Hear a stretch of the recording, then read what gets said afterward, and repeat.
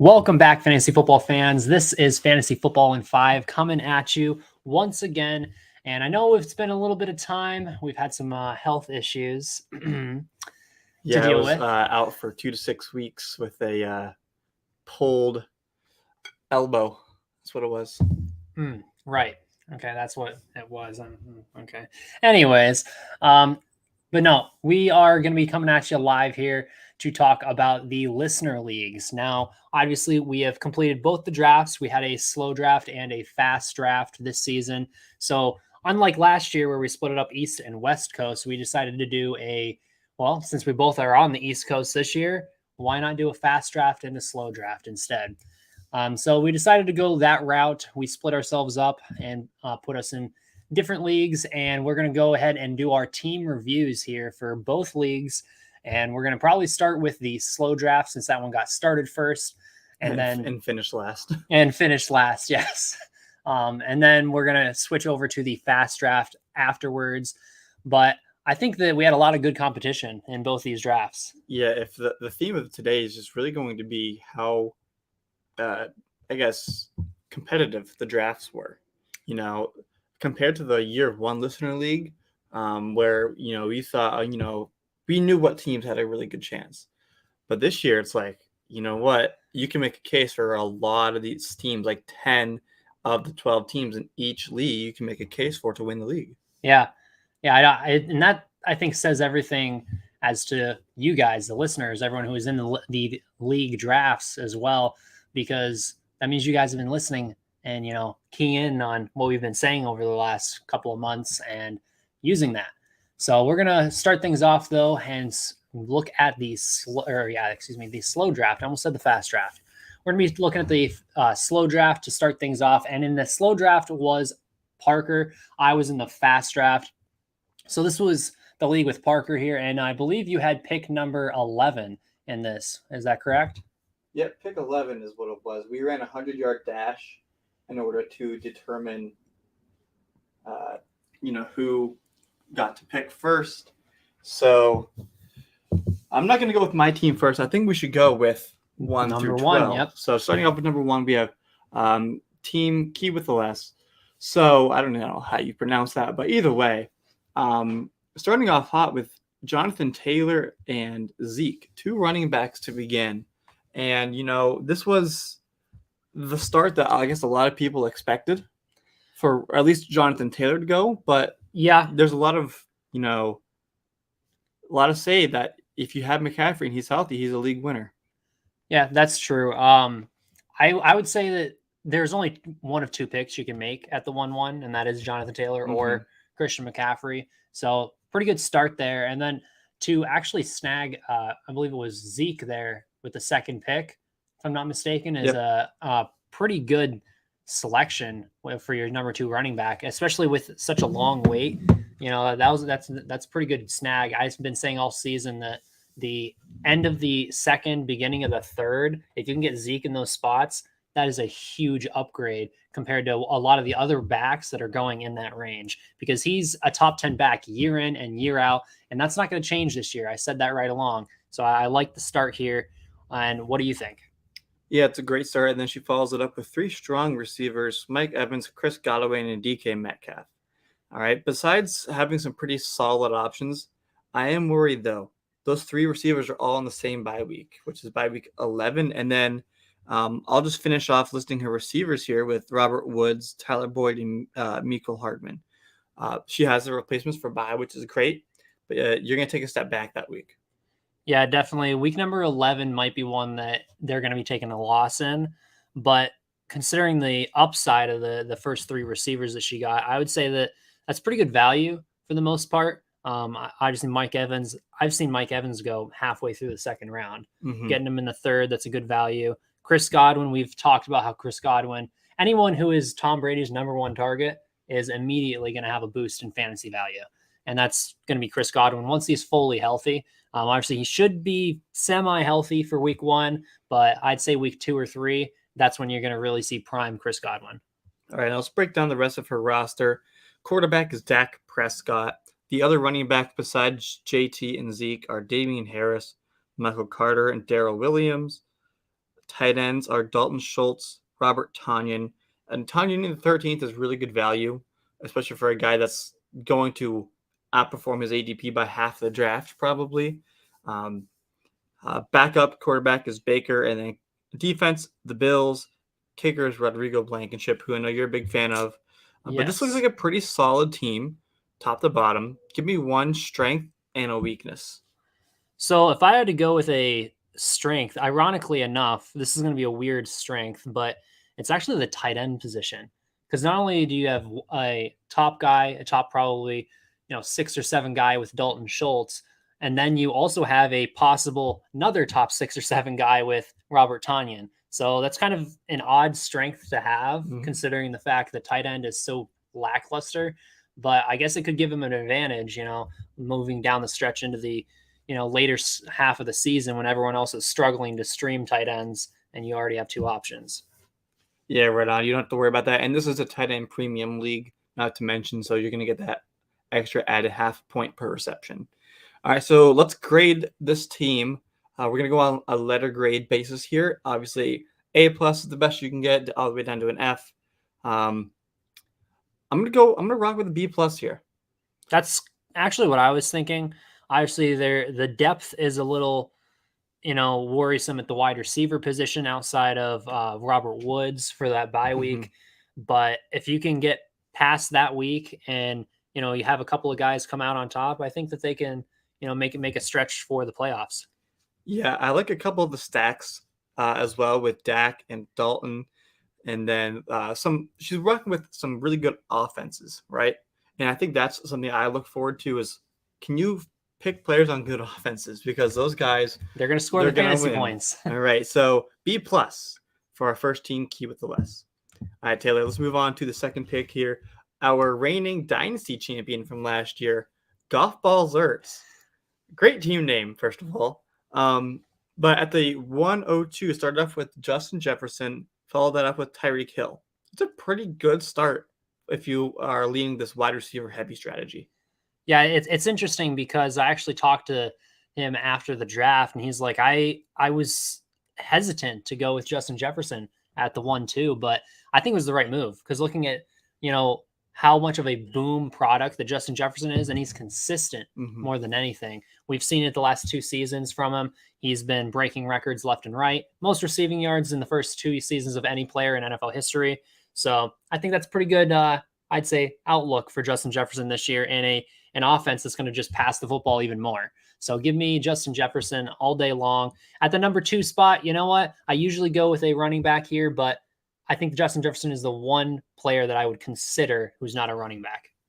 Yeah, right on. So let's break down his team by position. Starting off with the quarterback, you have Russell Wilson, Aaron Rodgers. What a stack. Very nice duo there. It's not super flex, but still, you can use one of these guys as trade bait if you need. Either way, you don't have to worry about your quarterback, which is great.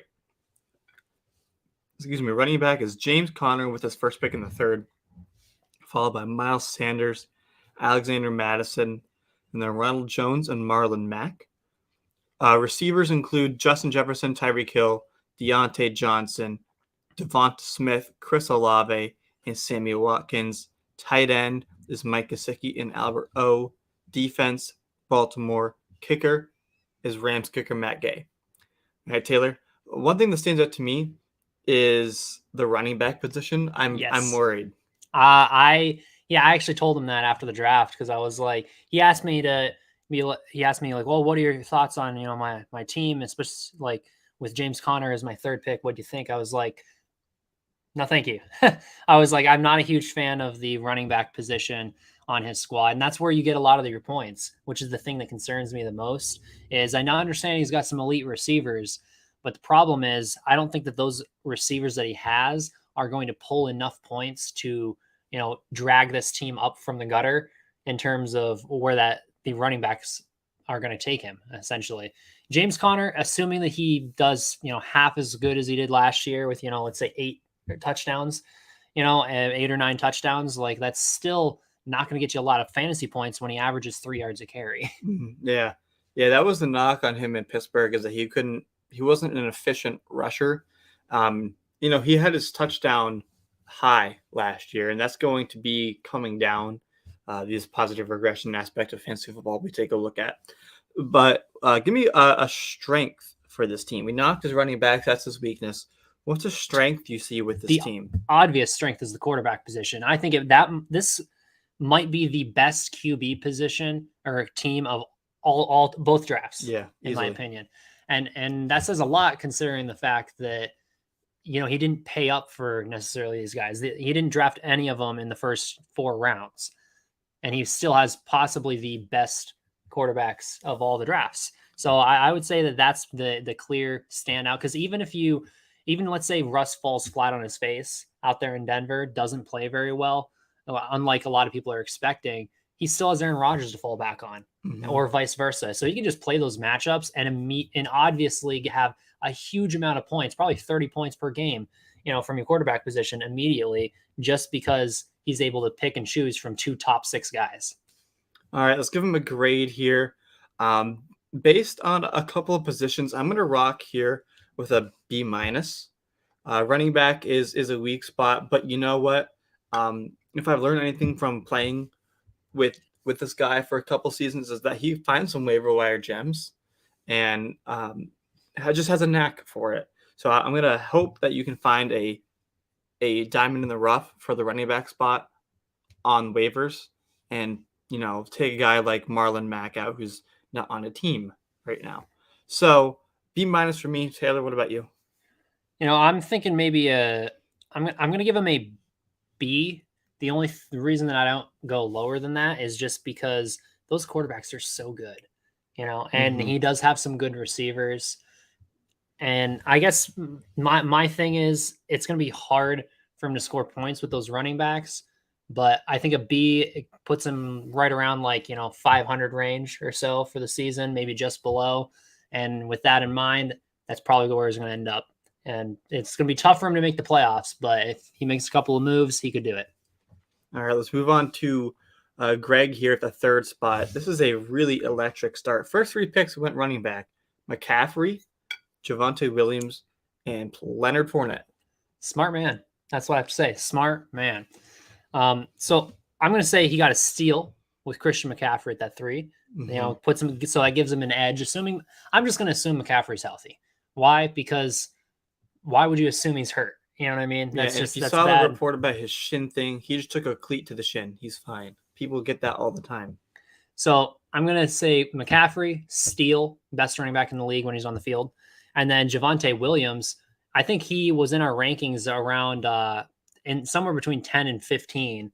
I'm not sure exactly where, but so that's another top, 12, 13 guy or so right there. And then you add in Leonard Fournette, who was also in that 10 to 15 range. So you have 3 top 15 running backs. That's going to give you a huge edge, because even if McCaffrey goes down, well, guess what? You have a replacement immediately. So it's a really smart move getting 3 running backs. And not only that, but then you can utilize one of these 3 running backs in your flex position as well. So that pretty much gives you coverage for bye weeks, coverage for McCaffrey injury, and then also the ability to plug and play guys off of, their matchups. There we go. That's the word I'm looking for. Right, because we have 2 flexes in our roster construction this year, and that allows for a lot of flexibility with your team. So breaking his team down by position, starting with the quarterback, he's got Jalen Hurts. That's the only quarterback he drafted, which is fine. Just find somebody on the waivers. Hurts has had his struggles, but they put some pieces in the offense for him, so hopefully it won't be anything like the first couple seasons. Running back, besides those first 3, he still follows it up with some incredible backs: Ramondre Stevenson, James Robinson, Rachaad White. Sounds like he listens to what we're saying, because those are 3 guys that I was kind of upset I didn't get a chance to get. I have to say, in my opinion, of all the teams so far, that might be the strongest team when it comes to running backs that I've seen. Yeah. Which is crazy, because all 3 of those guys could have startable weeks throughout the season. Right. And then receiver is DJ Moore, Brandon Cooks, Gabe Davis. That was 4, 5, and 6. And then Michael Gallup, Jacoby Myers, and KJ Osborne. I think the KJ Osborne pick in the 15th round is a really good selection, just because he's going to outperform his ADP pretty easily, I think. Tight end is Zach Ertz and Austin Hooper. Kicker is Daniel Carlson. And he's a Patriots fan, so we took the Patriots defense here, which is totally fine. They're a good squad. So Taylor, let's give Greg a grade here. I have to say, shout out to the fact that he got Austin Hooper, one of my huge sleepers this season, late in the draft. 16th.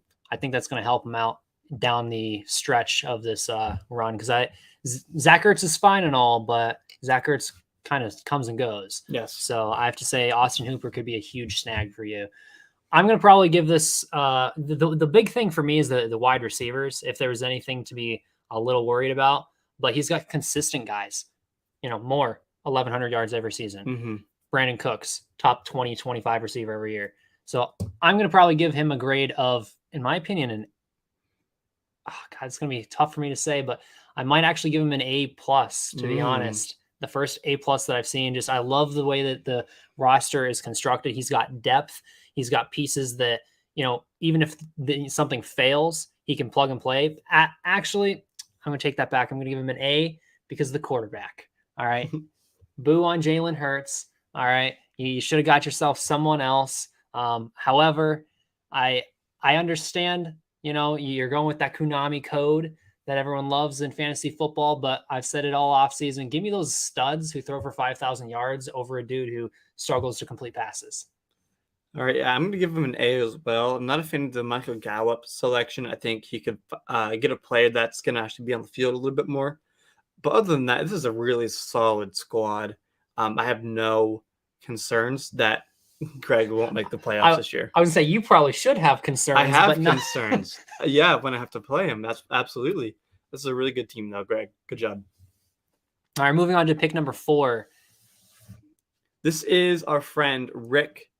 His second season in the league, and Rick had a receiver-heavy start with Cooper Kupp, Debo, and T. Higgins at 1, 2, 3. I think you missed. Yes, I'm reading the total wrong team. It's okay. Let's try that again. Take 2. Austin Eckler is his first pick, followed by CeeDee Lamb, and then Kyle Pitts at 3, 4, and then Joe Burrow in the 4th. So 4 different positions in the first 4 rounds, getting that team nice and balanced. Taking a look at these first 4 rounds, likes, dislikes, Taylor? I don't think he didn't necessarily went wrong with any of these picks. I'm not a huge fan of Kyle Pitts so early. That's why I just don't draft Kyle Pitts, and it has everything to do with I'd rather, if I'm going to get an early tight end, I'm going to get a Travis Kelce or a Mark Andrews, and then I'm just going to not worry about tight end after those 2 because it really doesn't matter to me. So I'm not a huge fan of the Kyle Pitts pick just because of where it fell. But the other ones, Austin Eckler should be a top 5 guy for you. CeeDee Lamb should be probably a top 10 guy at the wide receiver position. And Joe Burrow, once again, another top probably 5, 6 guy. Yeah, and then moving forward, let's break it down by position. Quarterback is just Joe Burrow, which is fine. Running back is Austin Eckler, Elijah Mitchell, Brian Robinson, and Kenyon Drake. Unfortunately, caught astray there with Brian Robinson. Not a great situation. He's going to have to pick somebody up. And then Kenyon Drake, who found a home now with Baltimore, should be okay as a stream guy for the first week. But you're going to want to grab another running back. Yeah, you're going to desperately need running back depth.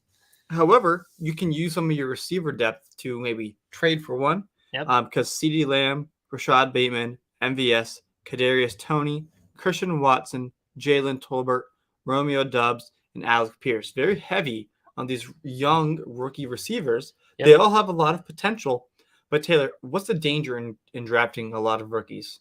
So the big thing with drafting a lot of rookies, doesn't matter what position it is, just rookies in general, the likelihood of said rookie actually playing a lot and playing fantasy relevant football is going to be pretty slim to none.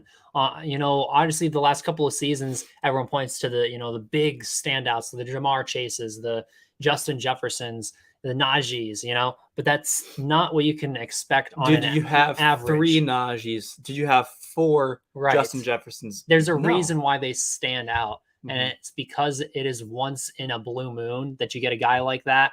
And so that's the one issue with going so rookie heavy, because taking a shot in the dark once or twice all right, that's fine. But if I'm going to take, 4 or 5 rookies, chances are 4 of those 5 are not going to have fantasy relevance for most of the season. Mm-hmm. I've got to say, we'll keep going with these position breakdowns. Kyle Pitts and Darren Waller in a tight end premium league is pretty nice. And if they can hit, Waller just got paid 3 years, $51 million. If he can stay on the field, stay healthy, and get those targets, he's going to have a really nice 1-2 punch there and keeping them both in his lineup week to week. Kicker is Tyler Bass, my favorite. So A+ there. And then San Francisco 49ers defense, we know that they play really well all the time. So Taylor, breaking this team down from top to bottom, what's your letter grade for Rick here? So just because of the lack of depth at the running back position, as well as I don't like a lot of the depth receivers that he has. I'd say I like his starting 2 with CD and Rashad Bateman. I'm a huge Bateman guy. But outside of those guys, all those rookies, maybe one of those or 2 of those are going to hit, maybe. So I'm going to go ahead and give him a letter grade of a B-, simply because the depth. Depth wins you championships. And if you don't have depth, it's going to be so hard down the stretch to win games, especially if you have an injury. Because think about it, if Austin Eckler goes down with an injury, he's going to have Elijah Mitchell, and that's it. It doesn't mean you can't acquire depth via trade or waivers, but it's nice to have that insurance at the end of the draft. You don't win the league during the draft, but it's a great way to start. So let's move on now. I jumped the gun earlier, so now we can get to our friend Jimmy here at the 1-5, who started off with Cooper Kupp, Debo, and T. Higgins. Yeah, just a shout out to Jimmy. He was our top. I didn't give a grade for Rick. I'm going to rock with the C+. Okay. Now we're good. Shout out to Jimmy, though. He was our top donator from our 24-hour podathon. So he is going to be the guy that got a nice little free entry to the listener league here. So good start for his draft as well. Cooper Kupp, let's just say his draft looks eerily similar to someone else's draft we'll get to later. So he's got Cooper Kupp with his first selection. Obviously, he's going to be a top guy. We saw it week 1 in the first game. If you guys didn't get to see that, Cooper Kupp is a stud. And then you have Deebo Samuel, who I might take a little bit of a step back from last year, but I'm sure he's still going to be a top 7 or 8 guy. It's going to be hard not to. And then you have T. Higgins, who I think that we had ranked in our top 12 or 13 in our rankings. So that's 3 top 13 receivers. That's a steal. I'd say that's a great start. And then as long as you can hit on some running backs later that, can provide you good, steady floors, I think you'll be all right. Let's see where he went. All right. So we'll break it down, starting with the running backs then. A.J. Dillon, Cam Akers, Rashad Penny, James Cook, Nyheim Hines, Isaiah Pacheco, and Tyron Davis-Price from the Niners. This has me a little bit worried. Yes. All right. A.J. Dillon's going to be okay. Yeah, Dillon's a great selection there at the 4th round because, he's going to get a share at the goal line. But we saw it on the Thursday night game. Cam Akers. We've been saying it all season. Now, could it be the first game? We'll see. But his health is an issue. Not only his health, but his ability at this point is an issue. And that could be because of his health. But McVay came out this weekend saying that they needed to see a more sense of urgency from Akers. And I think that's sugarcoating it a little bit. That's a way of saying he needs to kick it into the next gear. Otherwise, it's going to be Darrell Henderson running the ball, 20 times a game.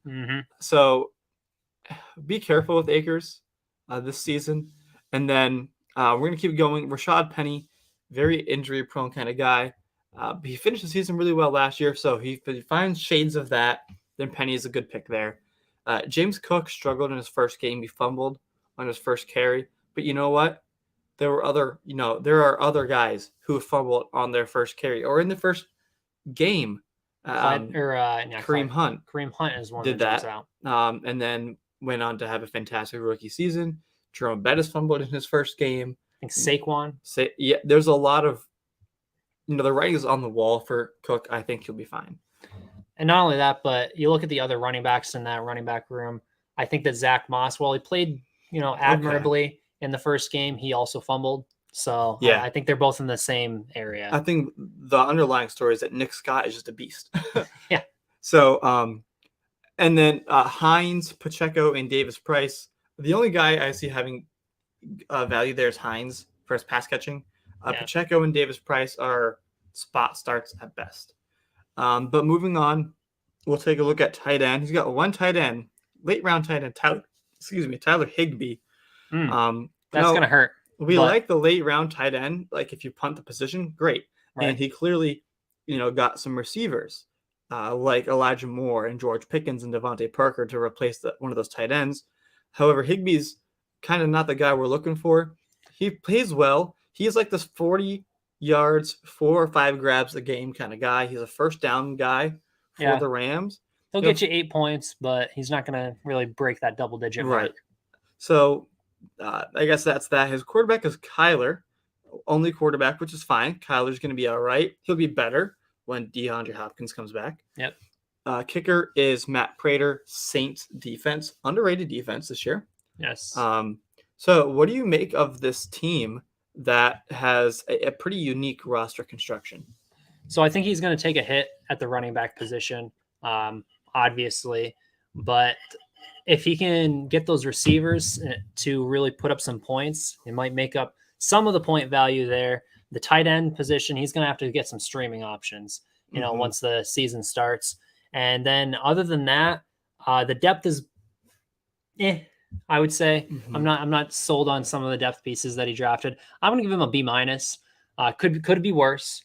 He's got those studs at the start of the draft. As long as you don't whiff on your first couple of picks, you automatically kind of have a floor to work with. So, and it doesn't seem like he whiffed on those first few picks. So that's a good start. But I'm just going to give him a B-. The depth is a little worrisome for me. And more than that, I want to see him get a better tight end down the stretch. Maybe I'm wrong about Tyler Higbee. Maybe he's the next Robert Tonyan from a few seasons ago. I don't see it though. All right. Yeah, I'm going to give Jimmy a B- here as well. Now we could be wrong with everything, and maybe we've been wrong before. Yes, and we'll say that. That's fine. But from looking at it right now, that's how I stand on this team. All right, taking a look at the fantasy football koala. This is Sean, a newcomer to the league this year. Started off with Jamar Chase and Saquon. All right, decent. Yeah. I think Saquon at 2.7 is a decent value. All right, not overpaying, not underpaying. I think it's at value.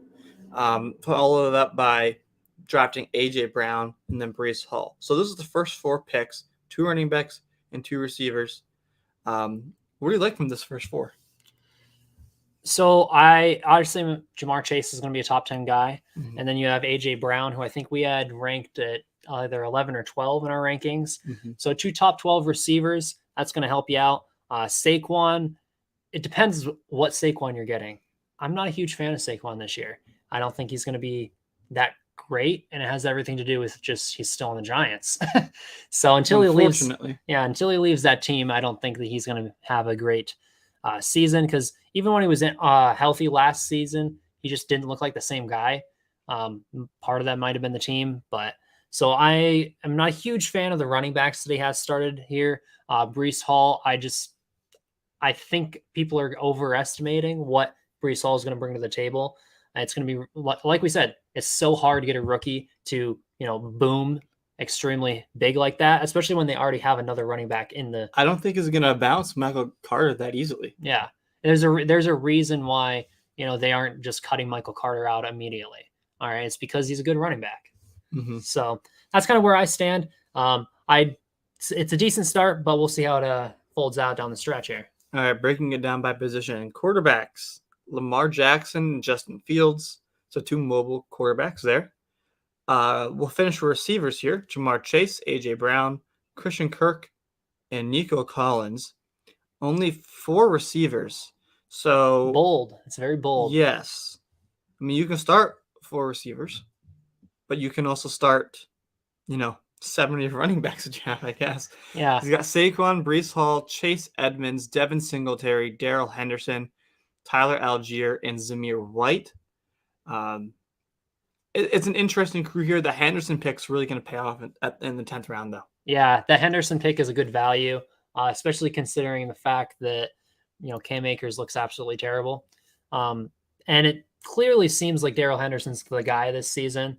But for me, the biggest thing is Edmonds, Singletary, Henderson, even Tyler Algier. What do all these guys have in common? Zamir White as well. They're all running back committees. Okay. And none of them necessarily are standout guys in that committee. So that's where I'm a little worried about the team, because outside of your first two running back, even Breece Hall is in a running back committee. Yeah. So there's one dude on your team who is not in a committee, and that is Saquon. And he's on one of the worst teams in football. So that's a little worrisome for me at the running back position, because it's going to be so hard to determine when, you're setting your lineup from week to week, who to put in. Yep. Tight ends are George Kittle and Hayden Hurst. So it looks like you're going to be rocking with Hayden Hurst. Kittle's going to be out this week in typical George Kittle fashion. Oh, yeah. Good start to the season. And then Brandon McManus at kicker in the Rams defense, who we saw get torn apart last week against the Bills. I got to say, this is a tough team to diagnose. I'm not too high on any one particular thing. I like his receivers. The receivers that he drafted, yeah, I like. They're all number 1 or 2s. Give me at least one more receiver on this team. Drop a guy like Zamir White. You're not ever going to start him over, probably you're not going to start him over Devin Singletary or Chase Edmonds. No. So send him away, get a receiver, and you should be fine. If I'm going to grade the fantasy football koala here, I'm going to go with a C+. I'm going to go with a C. I'm not a huge fan of the running back, the RBBC type of running backs. I don't like them in fantasy. They're so hard to diagnose from week to week. You don't know which guy is going to go off. You don't know which guy's even going to get the football, and at the end of the game, or at the end of the day, opportunity breeds fantasy points. And if a guy's only getting 10 carries a game or 10 touches a game, it's going to be so hard to determine whether he's going to score fantasy points that week or not. So that's the big thing for me. I'm not a huge fan of that. And then the lack of receivers, like you hit on, it's going to be really tough for me to. I love my receivers. I love them. All right. There's a reason why you put receivers in your flex usually over running backs. This season, there's a little bit of I kind of found myself putting one running back in the flex sometimes. But for the most part, we lean receiver for a reason. They're a little more consistent. And to me, I feel like the lack of receivers are going to hurt him, especially on the bye weeks. You don't really think about it, but when A.J. Brown or Jamar Chase go out on a bye week, he's not going to have a lot of options behind them. All right. So let's move on to our guy Hugh here.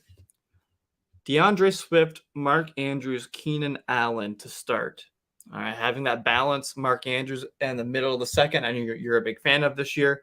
You get that positional upgrade, and then you can sleep on tight end for the rest of the draft. That's what he did. He didn't draft another tight end. You don't necessarily need to. It is tight end premium, so if you wanted to grab an extra guy to throw in, you could. But either way, not a big problem. I really like Keenan Allen the third there. Yeah, it might be a lesser number one receiver than other guys have. He's still, I think he was ranked 11th in our rankings. But he's a dog, right? And he plays on one of the best offenses in football. I like this start a lot. Yeah, DeAndre Swift is intriguing at what was it, 1.7 that he got him? That's pretty high, man. And it's more that was a pick that did surprise me over Dalvin. Yeah, that's the big thing. He picked him over some other guys who were still on the board, like Derrick Henry, Dalvin Cook, which I don't necessarily know if I like. I understand the intrigue. I had Swift on my team last year, all right, and he did wonders for me when he was on the football field. Mm-hmm. But the problem for me is this season is going to be a totally different Lions team, and I don't know if you can rely on DeAndre Swift to have that same type of fantasy value as he did last year, simply for the fact that there's more mouths in the offense now. They don't have to. They only had 2 or 3 options in the entire team last season. Mm-hmm. All right, and DeAndre Swift was option 1 in that offense. Whereas moving forward, I don't necessarily know if that's the case. They've got so many other mouths to feed now. So I think that Swift's going to take a little bit of a, not necessarily a hit because he didn't play all of last season, but a points per game hit maybe. Yeah, and he was a champion in the points per game department. So taking a look at the rest of Hughes' team here, we have Keenan Allen, Allen Robinson, Darnell Mooney, Hunter Renfrow, Brandon Ayuk, Jarvis Landry, and Wan'Dale Robinson at the receiving core. I love those receivers. Outside of Wan'Dale Robinson, everyone else, I found myself drafting every single one of those guys at some point in this season.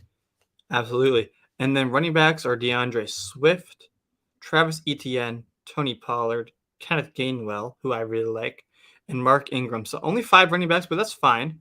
I really like Gainwell there in the 11th. I think he's going to surpass Miles Sanders in production this year. That's interesting. So for me, I noticed a trend with his running backs. He went for the PPR back. It seems like with every single one of his guys. Swift, PPR. Travis Etienne, known for catching passes out of the backfield. Tony Pollard, he's the pass catching back on Dallas. So I can see a trend here, which, I don't know. I like guys who score fantasy points. That's not always guys who catch passes, though. So that's kind of where I fall. I'm not a huge fan of the running backs. Swift will be all right. It's a little early for my liking, but we'll see how he ends up down the stretch. At quarterback, I see that he has Derek Carr and who is it there? Tua? Yeah, Derek Carr and Tua. So if you're going to wait on a quarterback, that'll be great. Derek Carr in the 10th. Wonderful, right? So I'm worried about Tua, but if you have Carr, you're probably not going to be starting Tua. I just need to see it from Tua first. He needs to prove it to me. I also want to see how Matt Stafford, excuse me. Derek Carr, I want to see how he plays with Devontae Adams. Everyone just assumes it's going to be like, oh, just like he was in college, and it's been a long time since they were in college together. So I want to see them, do it again. And then tight end, he's got just Mark Andrews, like we said earlier. Kicker is Will Lutz, and the Eagles for his defense. Underrated defensive unit there for the Eagles. I think there's a pretty sound squad from top to bottom. Yeah. I think with a couple of waiver moves, it'll really help out. But other than that, I like it. Yeah, I'm going to probably give him a B+. I love the receiving core. And then the running backs for me, though, is just the big, hit on this team. The, tight ends, good. Quarterback, average, I'd say. So if those receivers can kind of pull him from week to week, I think he'll be doing just fine as long as he finds some startable guys from week to week at the running back position. All right, B+ is all around for Matt there. Looking to one of our champions throughout the years, Nick. Starting off with Dalvin Cook, Nick Chubb, and Pat Mahomes. Being the Chiefs fan doesn't surprise me, but you can't really go wrong with a guy like Patrick Mahomes. So this is a really good start. And then he follows it up with 4 great receivers: Waddle, Thomas, Hopkins, and Drake London. So these receivers that besides Jalen Waddle, these big physical receivers, right? These touchdown guys, but we haven't seen Michael Thomas play in a while. DeAndre Hopkins is going to be out. So he's going to be relying on the likes of Jalen Waddle. Assuming Michael Thomas is fully healthy, great. But then Drake London, Sky Moore, and Kenny Golladay. I think we're not going to see much of Golladay this season in starting matter.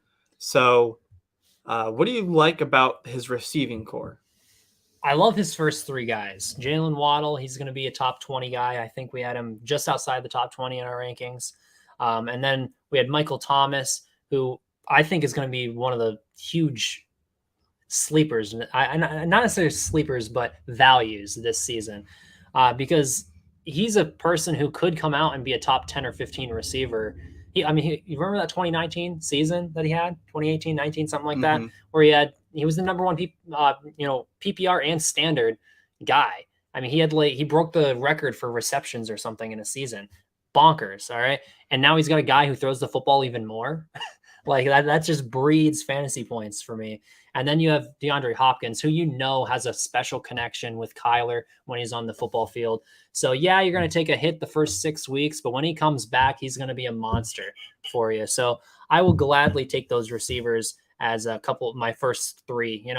I think that that's going to be an asset for him, especially considering he was able to get those stud running backs at the start with Dalvin Cook and Nick Chubb. Those are 2 top 10 backs, and I think that that's going to really help him. Yep, his other running backs are Kenneth Walker, J.D. McKissick, and Chuba Hubbard. And if we've seen anything, Hubbard has some pretty good value to his name, especially late in the 15th.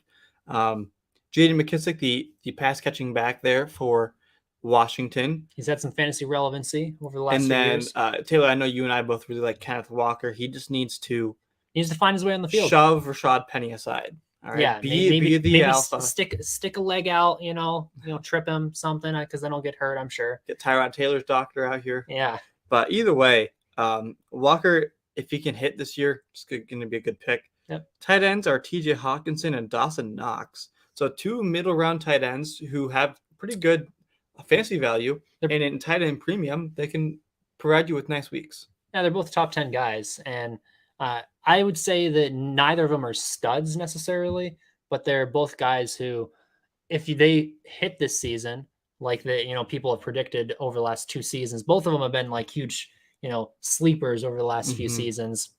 And if they both hit this year, it's going to be really good value for him in the middle rounds. Yep. And then his backup QB is Matt Stafford. And then he's got Harrison Butker at kicker and Steelers defense. I gotta say, I am a little worried about the Steelers defense, but what they do really well is get sacks. Yep. That's how, a lot of fancy defenses score points. So, Nick, it's always a pleasure facing off against you because you have a good team each year. I'm going to rock here with an A-. I think this is a good squad. Yeah, I actually like the A- grade as well here. I think the one knock is maybe get some depth more than anything at the wide receiver and the running back position, because those are the 2 spots that could end up hurting you down the stretch if someone gets hurt. That's pretty much the only knock I have, though. Other than that, I think that he's I think Kenny Golladay is an easy cut candidate. Yeah. All right. Moving on to our friend Kevin here, his second year in the Listener League. We've got a pretty good start here with Derrick Henry and Aaron Jones. And you can't get any better of a start at running back than that. That's a really good start. That was a huge value, getting Derrick Henry at pick number 9. That's crazy value to me. Yes. So snagging him there, good eyeball for the value, and then getting Aaron Jones, who we are huge on this season. I think Aaron Jones could be probably a top 7 or 8 back. So that's 2 top 8 backs in my rankings that he got. That's a great start for a team that, in my opinion, could have a chance to win the whole thing. So, all right, following it up with, actually, we'll go position by position now. Running back is Henry and Jones, followed up with Kareem Hunt, Cordero Patterson, Khalil Herbert, and Jerick McKinnon. Receivers are Michael Pittman, Mike Williams, Hollywood Brown, Tyler Lockett, Julio, Rondale Moore, KJ Hamler. Tight end is just Cole Kmet there in the 10th. Quarterback is Trey Lance, we already said. Denver defense, Nick Folk, kicker. Something that stands out to me immediately is tight end. I know a lot of people are riding this Cole Kmet train because he's, one of the best options. But I just don't think Cole Kmet's that good. I don't know. The opportunity's there, so I'm sure he'll score some fantasy points this year. I just don't think that he's going to be a top 10 guy like everyone expects. I think he'll be, in that 10 to 15 range. I think that's kind of where he's going to end up falling. But I just don't think he's going to have the huge numbers that people expect. Just because you get targeted a lot doesn't necessarily mean you do a lot with the targets. And so that's my big thing. He doesn't score a lot of touchdowns as well. And it's going to be hard for them to score touchdowns when Justin Fields is on his back all day. Well, yeah, that, and also when they can't get past the 50. Unless Cole Kmet's going to run 75 yards down the field, it's going to be pretty hard for him to score touchdowns.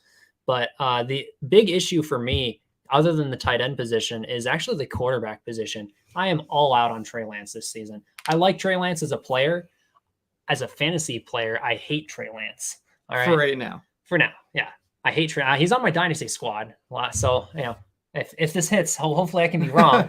So it's a win-win for me. Either I'm right or I have a great dynasty squad. But for me, Trey Lance, my big thing is there's a reason they kept Jimmy G around. And not only that, but he's essentially a rookie in a sense.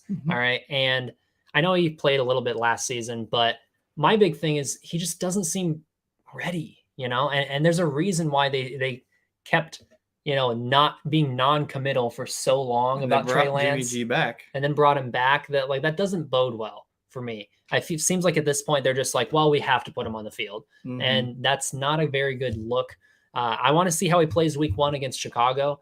I think the game's going to be a lot closer than people expect. And when it's a close game and all of a sudden he's only throwing for 200 yards and rushing for like 50, I think the people are going to change their tune pretty quick about Trey Lance against a team that's probably one of the worst in the NFL with the Chicago Bears. All right, grading Kevin's squad here. I like his running back situation a lot. His top receivers are excellent. I love the pick with Tyler Lockett. Yes. Huge sleeper and this year. I like KJ Hamler a lot too there in the 14th. Good selection. With the lack of security at tight end and quarterback, I'm going to rock here with a B+. I still think we're like mind melded right now. I still think it's a really good squad.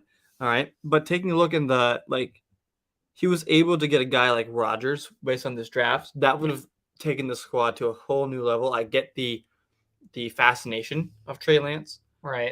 But I need to prove a guy first. Like everyone loves the shiny new thing, but I would rather take the gold that I know is there versus the chance to find gold. Yep. All right. So is that B+ for you then? I actually am going to go A-. Okay. The big thing is, yes, quarterback's lackluster, tight end's not phenomenal, but he's got such good depth pieces and down the stretch for running backs and receivers. And that's really the money-making positions in fantasy football. So you nailed those spots. I'm going to give you an A-. All right, moving on to our friend Andy McNamara, one of our great new friends of the podcast here. He was on our Podathon for a while, who we met at the Expo in Canton. Great guy here. He drafted right ahead of me, so I figured going up against another expert would have been tough. And it was, because there were a couple of times I was like, damn it. Started off with Travis Kelce, Alvin Kamara, and Josh Allen for his top 3 slam dunk picks right there. Yeah, because Travis Kelce is going to probably be a top 1 or 2 guy at his position. Alvin Kamara is probably going to find his way into the top 10. I don't think he's ever really been outside of the top 10 since Ingram left. Yes. Well, it's back, but even when Ingram was there, I think he was still, close to a top 10 back. And then you have Josh Allen, the number 1 quarterback. So it's going to be a good squad to start out with. He went, home runs at a couple of positions, and that can win you fantasy leagues as long as you get the pieces behind them lined up well. Let's see how he did. Yep. All right. So let's look at those pieces then. Backup quarterback is Trevor Lawrence, which is totally fine. Yeah, you almost didn't even need a backup quarterback, to be honest, when you have Josh Allen. But better safe than sorry. If you don't want to scour the waiver wire that week, perfect. All right. Running backs behind Kamara are David Montgomery, Dameon Pierce, and Jamal Williams, and that's it. So you got 4 running backs. And with the first 3, Kamara, Montgomery, and Pierce, the volume will definitely be there. The opportunity is there for him. So you could probably end up shipping a guy like a super late receiver or something out in order to get some more depth. But if you don't need the depth right away, don't worry about it. Yeah. Right? So my thing is Dave Montgomery. He's a touch monster, 20 to 25 carries or touches every single game. And then Dameon Pierce, he doesn't really have a lot of competition. Rex Burkhead, maybe, but yeah, Pierce will be the first and second down back. So, receivers are Jerry Jeudy, Amon-Ra St. Brown, Garrett Wilson, Treylon Burks, Josh Palmer, and Marvin Jones. They're in 17th. I love myself some Marvin Jones. Tell you Jones. What, that Marvin Jones ADP going right up. Yeah, that was a great pick in the 17th. Marvin Jones is a steal. He's a touchdown hog. That's what we do know about him. And then Josh Palmer, I know you like him this season as a number 3 receiver. I'm not a huge fan of Treylon Burks. I think if any receiver is going to bust at the rookie level, it's going to be Treylon Burks. But other than that, I'd say the receivers are just, because he waited for so long, it was going to be hard. but I just don't love some of the picks that he made. I'm not a huge Jerry Jeudy guy. I don't really like him. I like other Denver receivers like Cortland Sutton above him. Amon-Ra St. Brown will be all right. But there were just other receivers I would have rather seen on this squad to really boost him and get him into that elite level, you know? So I think the receivers might be a little tough for him down the stretch. But other than that, I think that it's a good squad. Tight ends are Dallas Goedert, David Njoku. Cowboys defense, Justin Tucker, kicker. So you got the elite kicker, which is fantastic. Let's give Andy here a grade. He doesn't really need much of our, I guess, intuition. He's a very sound fantasy mind, but since we're doing it, why not? I'm going to go with a B+ here. You know, I'm going to probably go with a B+ as well. Mainly, he's got the studs at some positions, but like I said, those receivers, I think if he can find a waiver wire guy who bursts onto the scene this season at both running back and wide receiver, I think he'll be just fine, to make a good long run into the playoffs. All right, my team's up next. So Taylor, be nice to me. Oh, well, I can't do that. All right. So here we go. Najee fell to me at 111, which is bonkers. I smashed that right away. So my first 4 picks are Najee, Davante Adams. I did have to pay up for J.K. Dobbins based on where I was at the draft. Like having that bookend type pick was hard for me because I knew I didn't like the range of guys that were around, like David Montgomery, Travis Etienne, Breece Hall. Could have gone A.J. Dillon, but I felt like Dobbins was the guy there I wanted. And then Cortland Sutton at 4-2. So what do you make of those first 4 picks? So Najee was a value at where you got him. So that's a good pick. I think we was 6 or 7 in our rankings, 6, I think. 6. And then you have Davante Adams, who, Davante Adams is going to get his. So he's a top 5 receiver. But then I love J.K. Dobbins. I've said it all season. I love him. Fantasy-wise this year, I think he could put up really good numbers in that Baltimore offense. It's just we got to get him on the football field. I will be sitting him for week 1. I know he'll be on a snap count. I'm just going to get him out of there.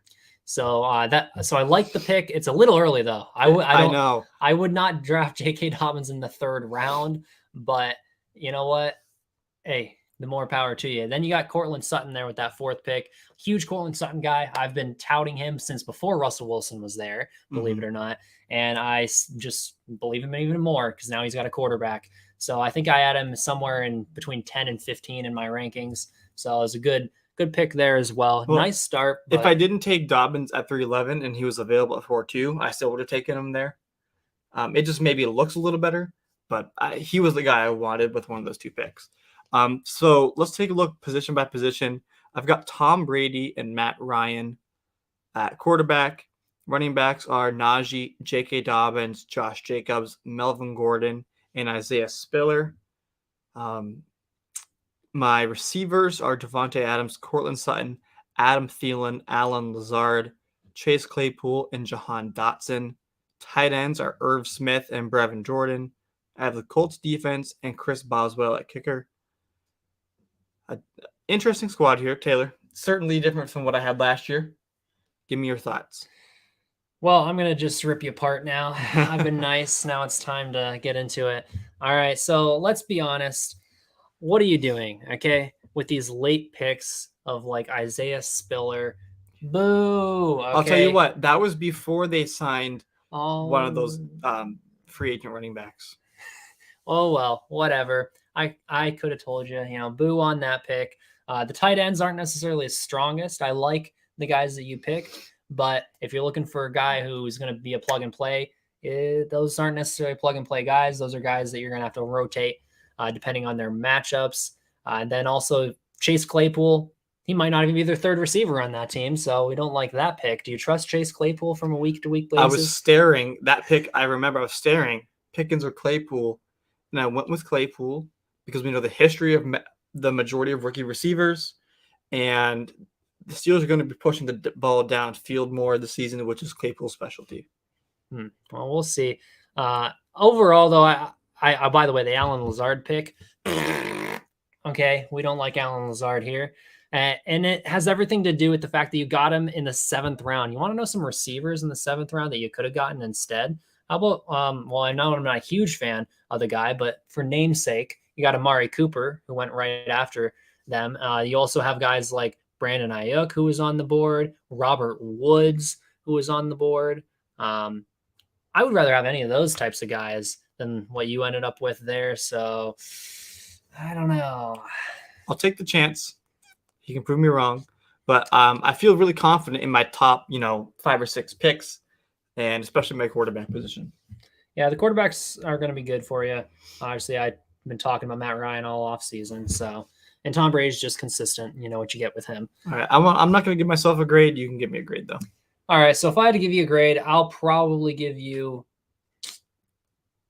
I'll give you an A minus, just simply because you got good depth pieces. Melvin Gordon's going to have, a good opportunity this season. He's forgotten about, but he's still going to get his carries. Josh Jacobs is going to be a great number 3 back who could play in your flex at points, and then you're going to get good value later in the rounds with guys like Brevin Jordan. The Colts defense is going to be, in my opinion, the top defense this season. So it's going to be tough to beat them. But it's going to be interesting. I want to see how it ends up playing out for you. You're going to have some tough decisions week to week. I'm already struggling with that because Dobbins is going to be out this week. So I ended up putting Claypool in. So looking at our last team here, this is actually my brother, Elliot. So second or third year in the league for him this year. He started off with Stephon Diggs, Joe Mixon, Scary Terry, and Justin Herbert. Yeah, he's got some interesting picks here. Diggs, I think, is going to be a really nice selection for him. Joe Mixon was kind of a steal in the 2nd round at that point. Not a bad. He usually goes in the first. I think that DeAndre Swift pick kind of threw everything off for running backs. Yeah, it really did. So Joe Mixon, good steal for him there. And then Scary Terry, I mean, he's consistent. He's consistently around that 20, around the 20, kind of like a Brandon Cooks almost, in that 20 to 25 range at a receiver. He might finally break that top 20 mark this season with the upgrade at quarterback with Carson Wentz now in the building. And then speaking of quarterback, he's got one of the best in the league in Justin Herbert. So, I think it's a good start. All right, so let's take it position by position. At quarterback, he does have Herbert backed up by Kirk Cousins, so he has no questions there. Yep. Running back is Mixon, Antonio Gibson, Clyde Edwards-Helaire, Raheem Mostert, and Dontrell Hilliard. We'll talk about that in a minute. Receivers are Diggs, McLaurin, Juju, Amari Cooper, Russell Gage, and DJ Chark. Tight ends are Pat Freiermuth and Hunter Henry. Evan McPherson, a kicker. Bucks defense. It's an interesting squad. Some of the middle round picks I'm not a huge fan of. I hate Clyde Edwards-Helaire. We all know that. He fell. I mean, as he should, but he did fall about 3 rounds. I still hate Clyde Edwards-Helaire. I'm not drafting. If he's in the 17th round, I'm not drafting him. All right. But no, I just not a huge fan of some of the picks. Amari Cooper, I don't think he's going to do too hot without a quarterback for most of the season. Juju, I don't know what to expect from him yet. So it's kind of a question mark for me. And getting him in what was it, the 6th round or something like that? Yep. It's fairly early for a guy who is a question mark, Antonio Gibson, I think is going to be good. Everyone hates on him because of something with Washington. They must have an anti-Antonio Gibson train or something. They have a lot of anti stuff there that they shouldn't. Yeah, so I don't know what's going on out there, but I still like him. He's been a top 12 back every year of his career, so I think that stands for something.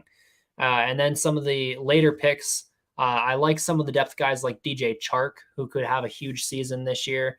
Raheem Mostert is not a bad pick that late. Mm-hmm. I know he's got injury issues, but he's got a connection with the head coach, and there's going to be carries available, out there in that Miami backfield. So who knows? Maybe he ends up, having a huge week, especially if maybe a guy like Chase Edmonds gets hurt. He's a home run guy. Yeah, exactly. So he's got some interesting depth pieces.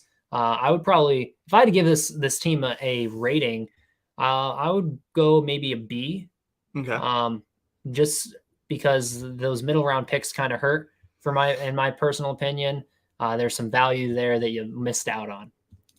I'm gonna go B plus here. I like Juju this year, and getting some of the elite guys at certain positions like Diggs and Herbert and even kicker with McPherson. These guys are going to elevate your team. So this is going to be a competitive team, and I'm going to rock with my B plus here. But Taylor, it's time. We have to pick a league winner. Give me just a one team. Last year we did a couple of teams that we thought could win the league. But give me one team that you think they're going to win. Bookmarking it now. Oh, it's not even a question for me. All right. It's a team that I almost gave an A+ to. Okay. And you know which team that is? Is it Greg? Yes. I got to give it to Greg.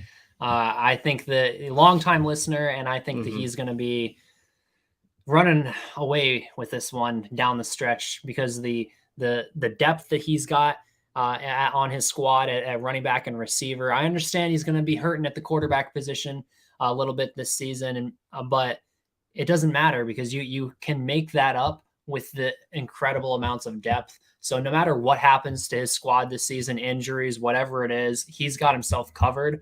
And that's just coming out of the draft. Not to mention he's a great waiver wire guy who really scouts the waiver wire pretty well. So Greg, if you're listening, I think that you have a nice squad and could end up taking this one. Yeah, Greg has a really, really solid team. If there's another team I might take a look at just because of the history of knowing Nick. I thought Nick about is my him. other guy. All right. Obviously Previous champion. Obviously I want my team to win, but I'm not gonna do that right now. Dalvin and Chubb are great starts. Your receiving core, the ADP game is going to be extremely important for your receivers. They're going to take off and run with it. All right. And if you can keep your depth pieces, viable for these plug and play weeks, you're going to be fine. So that's my league winner is Nick.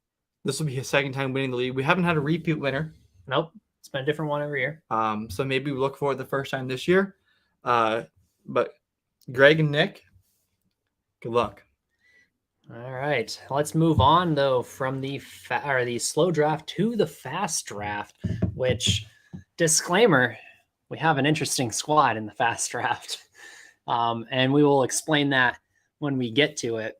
Sounds like the slow draft was fun though. What was the best part of the slow draft for you? Being that you were involved in it, it lasted about a week and a half or so. Yeah, this wasn't even a bad pace for the slow draft. People aren't used to doing a redraft slow draft. That's like a dynasty thing that people are used to, I suppose. But either way, it was a pretty good draft. We were able to talk, a lot about football in between. It was just really good. So here we are. This is the slow draft big board. Sorry, the fast draft big board. I'm just looking at it. There's okay. So we're going, Taylor. Why don't you put a disclaimer out for all right. that what you see there at pick 7. All right. So the big thing here when it comes to I guess this is looking at it, you probably immediately your eyeballs go to this one team. All right, and you see all those the same color, a couple of rounds in a row. And so what exactly happened there? We had a person who was in the draft and they weren't able to stay for the whole draft. So they queued up some players, which usually is fine and works well to get you some of your guys. But the problem is they forgot to adjust the queue. So what that means is, for example, put the defenses, towards the bottom or, put them in an order of how you would like them. He just kind of put them in the queue. So we had an interesting time in the fast draft. Yes. So let that be a note to you. If you can't be there for the whole draft, don't queue up positions one at a time. Yep. Just let the computer draft for you because you're going to get a more balanced squad.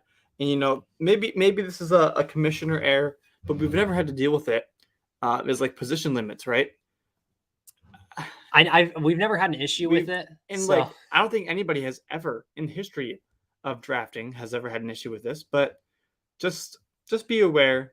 And technically it wasn't necessarily an issue per se. It was more just like everyone was still able to get various positions that were drafted. Right, you had to draft accordingly because it really showed who was ready to adapt yes, to the strategy. Yes. And like it's the same thing as like, oh crap, I just got sniped. What do I do now? Right. So you got to have plan A, plan B, and C ready to go. But Taylor, start us off here. All right. So obviously this is where I was in this draft. I had picked number 7, I believe.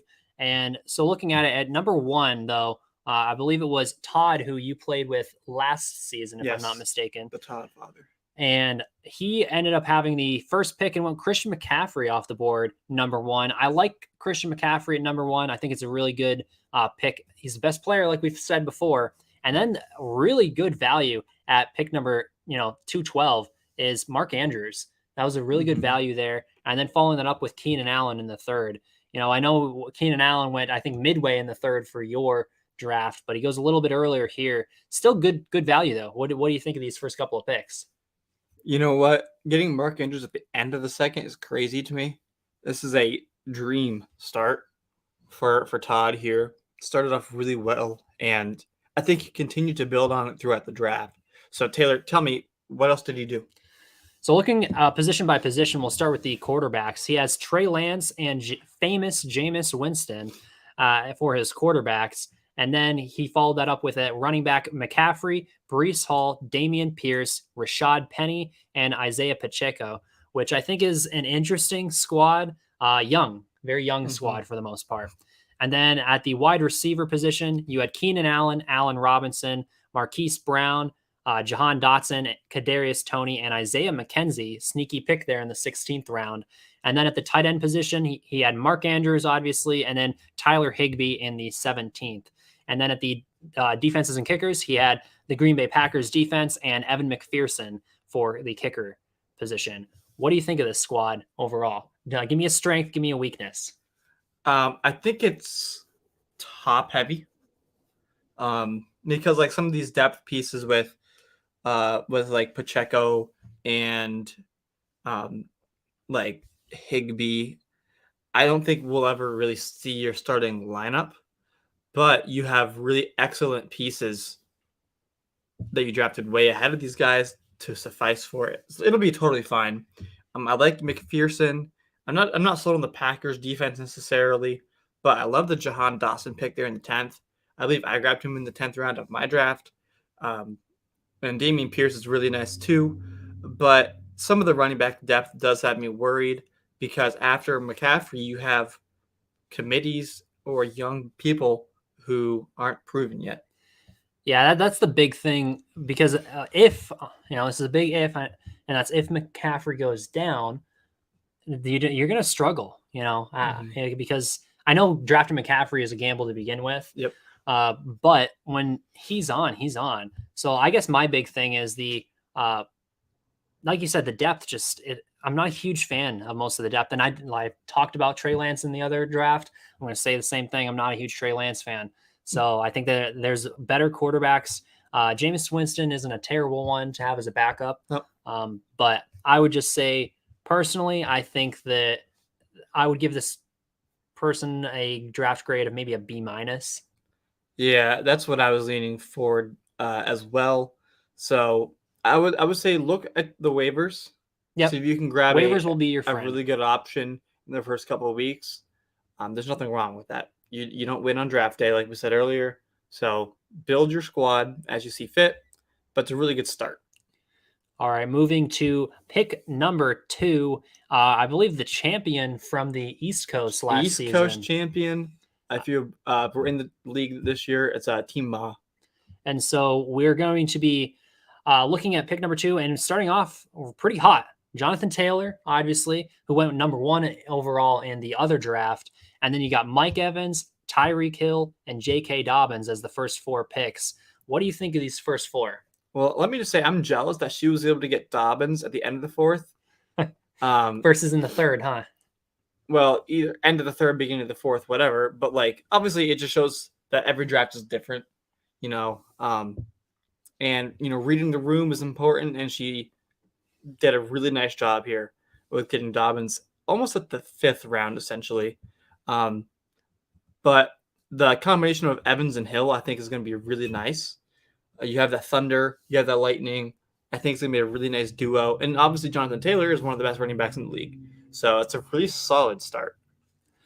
Yeah, Jonathan Taylor, one of the best in the league. So that's going to be give them an automatic thing to count on from week to week. Yep. And then you got Mike Evans, who's consistently 1,000-yard guy. It's what is it, 7 straight seasons now with 1,000 yards, and he's at that Hall of Fame rate now. Yeah, and then you got Tyreek Hill, who you're looking at a guy who you're not sure what you're going to get this year. This is a totally new Tyreek Hill in a sense. All right, with a new team, new playbook, the whole shebang, and so it's kind of interesting to see how that plays out. I think we both had him as a top 10 guy though. So, two top 10 wide receivers, a top 2 running back. And then you're looking at J.K. Dobbins, who we had in the top 15, if I'm not mistaken as well. Yep. So that's going to be a good start. But looking down through the rest of the draft here, we'll go position by position, starting with quarterback. You got Russell Wilson in the 6th round, and then you have Kirk Cousins backing him up. That's a good duo. They're not quite as good as the Russell Wilson, Aaron Rodgers duo that we saw in the other draft, but I still like that duo at the quarterback position. Running backs, we have Jonathan Taylor, J.K. Dobbins, James Cook, Kenneth Gainwell, and Mark Ingram. And then at the wide receiver position, you have Mike Evans, Tyreek Hill, Devonta Smith, George Pickens, KJ Osborne, and Alec Pierce. I like some of those late receivers. KJ Osborne, I'm a huge fan of in the 15th round. Alec Pierce is also another guy who could bring some good value. Now, I would have drafted one of those guys if it wasn't for the fact that my team looked a certain way, which we'll get to later. Yeah. And then at the tight end position, you had Dalton Schultz and Hunter Henry. You got a touchdown guy with Hunter Henry, and then you got a volume guy with Dalton Schultz. It's a good, I guess, balance at the tight end position. The defense, you got the Tampa Bay Buccaneers, and then Chris Boswell for the kickers. What do you think of this squad overall? And give me a letter grade. So what I like about the way she drafts is that she goes with the players that she is really familiar with, right? If she knows that this is a guy who puts up production, she'll take him.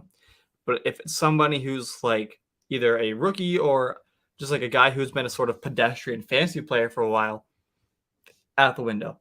All right, she wants the production now, and she gets it, and that's why she won the league last year.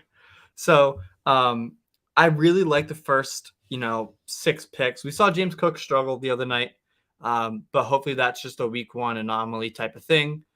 So overall, I think this is a pretty solid squad. I don't have many concerns with it.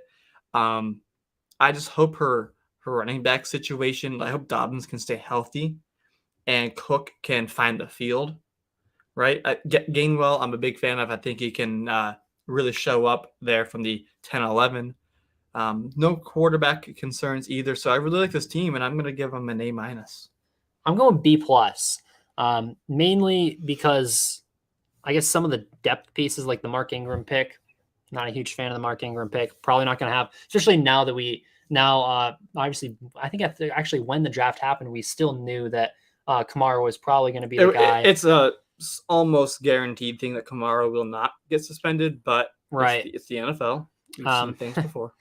True. So, and then also it was pretty early for a defense, but you know what? I can't say that that's terrible given the situation, which we'll get to. Yeah. So I think it was one of the first defenses to go off the board who wasn't the specific team.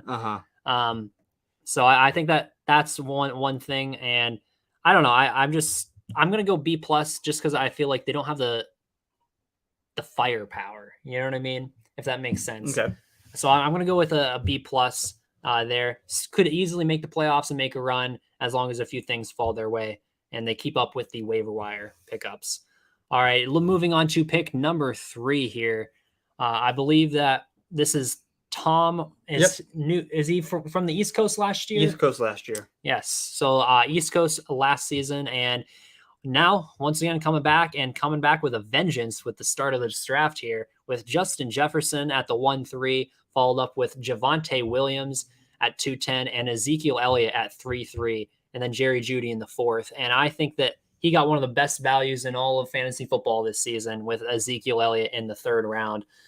Top 10 guy in my in my personal rankings, and I think that he could easily outshoot that. You know what I mean? Yeah. And so I think that that's a huge value. Justin Jefferson, one of the best in the game, and it's going to be hard to beat that squad with that start. What do you think?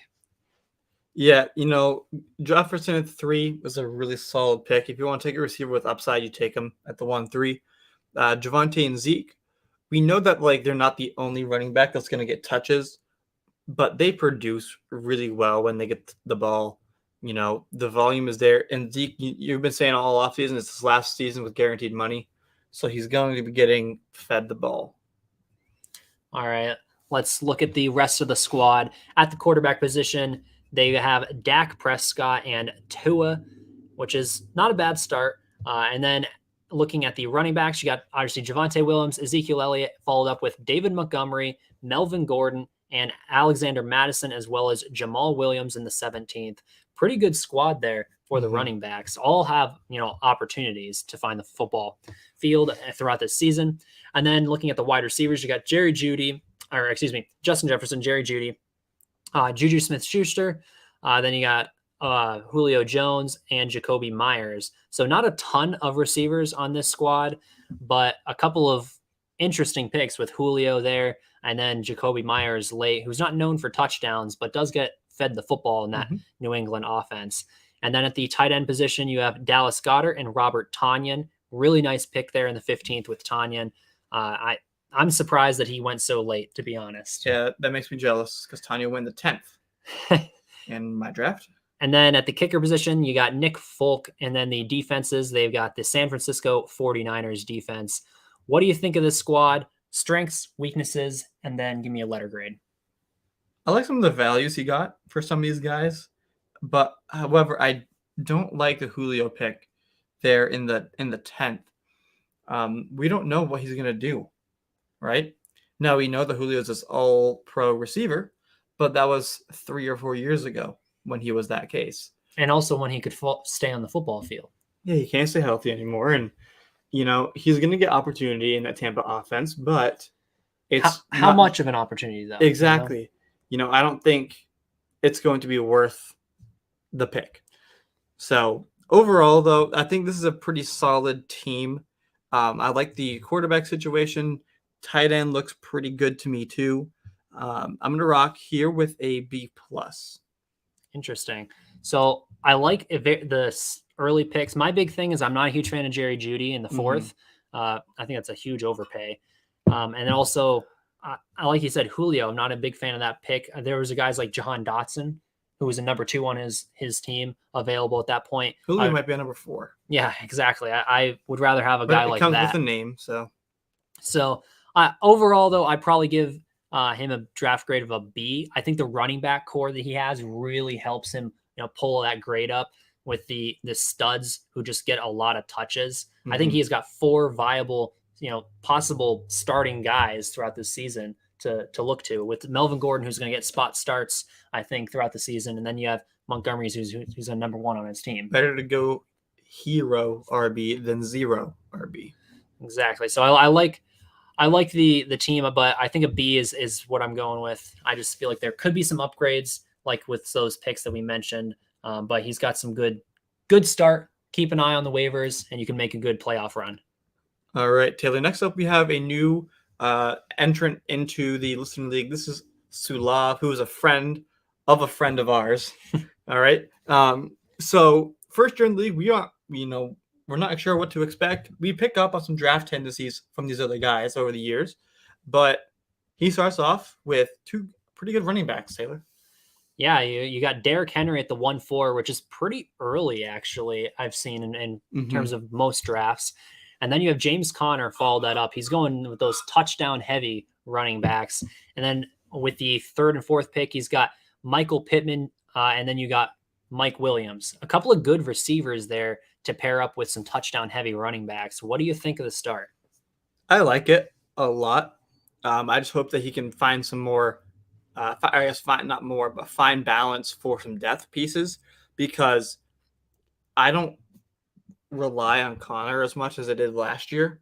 Yep. I think he'll still be good, but he's not going to put up the numbers that you want. So if there's a guy later down that, hey, he can help Connor, you put both of them in the lineup, then you can get what Connor did last year, something like that. So I'm looking forward to see what the rest of the squad looks like. All right, looking at the rest at the quarterback position, we have Matthew Stafford, and that is it, which can be all right. I think that's fine. You can get a streaming option from week to week. Obviously, week 1 was a little tough for Stafford, but it was also a tough matchup. It was tough for the Rams in general. Yeah, and then outside of the quarterback position, the running backs, you got Henry Connor, and then you have Clyde Edwards-Helaire, Darrell Henderson, Eno Benjamin, and Dontrell Hilliard. A couple of interesting late picks there with Eno Benjamin and Dontrell Hilliard, but I guess they're going handcuff running backs, which is interesting. Darrell Henderson in the 10th, late 10th, is a really good value right there. Yeah. I can't believe we're saying Henderson and value. That's weird. But anyways, again. Looking at the wide receivers, you got Pittman, and then you also have Mike Williams, and then Adam Thielen in the 6th round. Really nice addition to the team. You got Alan Lazard, Christian Watson, a couple of Green Bay guys, DJ Chark, and Nico Collins. What do you think of the receivers there? You know what? He has a couple of receivers that I do, like Thielen and Lazard, so obviously I'm going to like that. DJ Chark is a really solid pick, and I love Nico Collins that late. We'll see with Christian Watson. He's finally active and able to play because he was on the PUP list. But looking at his receivers, I like it. Okay. And then looking at the rest of the team, he's got at tight end, Zach Ertz, which is the only tight end he has. And then he's got the New England Patriots defense, as well as Brandon McManus as his kicker, which not bad. I'd probably give this squad rating of maybe a B-. I'm going to go with, just because I don't like some of the later round picks. I feel like the Dontrell Hilliard and Eno Benjamin picks, who are essentially handcuffs to the running backs that he has on the roster, I feel like they're kind of throwaway picks. A sound strategy for handcuffs is don't drop the handcuff of your team. Yes. Drop the handcuff of somebody else's team. And so that's kind of why I give him a little bit of a knock on the grade. And also, I just don't like some of the middle round picks. I hate Clyde Edwards-Helaire. I'll say it 100 times. And in the 5th round, especially, boo. All right. Yeah, 8th round for Elliott in the other draft. So that's looking like a better pick. Yeah, exactly. And then obviously, I'm not huge on Alan Lazard necessarily. The fact that he got 2 Green Bay receivers, how are you going to discriminate between the two when it comes to it'd be tough to decide which one you want to put in. Exactly. And that's where it's going to be really hard for me to say that this is a great team. I keep an eye on the waivers. The waivers are going to be this team's friend this season. So yeah, I'm going to rock with a B here, actually. I like the squad, especially a receiver. The first few running backs are really solid with the exception of Helaire. But I think this team has potential. They just have to get lucky a couple of weeks as well. But overall, solid squad. All right, moving on to pick number 5. Someone who's been in the listener league since, I think, the beginning. Day one. All right. We've got Brady here at pick number 5, and he has an interesting draft. Starting off with the first 4 picks, we have Austin Eckler at 1-5, and then you got Leonard Fournette, Josh Allen, and Jalen Waddle. But what's more interesting is what comes after Jalen Waddle, which we'll get there. Yeah, this is a really home run start. I'm not a huge fan of Leonard Fournette. Maybe Javonte Williams would have been nice there. Yeah. But if you want to take a look at these offenses, hey, Bucs are good offense. So I like to start there. Josh Allen is going to be obviously a 1 or 2 fantasy quarterback this year. Showed off everything in his profile last Thursday against the Rams. So it's a good start for Brady. But what happens after Jalen Waddle? So after Jalen Waddle, he goes on to take, 1, 2, 3, 4, 5, 6 straight receivers after Jalen Waddle. So that would be 7 straight receivers, including Jalen Waddle, which, you know what? Get your guy. I can't say anything. You know what I mean? You got some studs at the running back position. You're going hero running back here with Austin Eckler and Leonard Fournette. Brady, you're gonna have a problem figuring out who you want to start week to week. Yeah.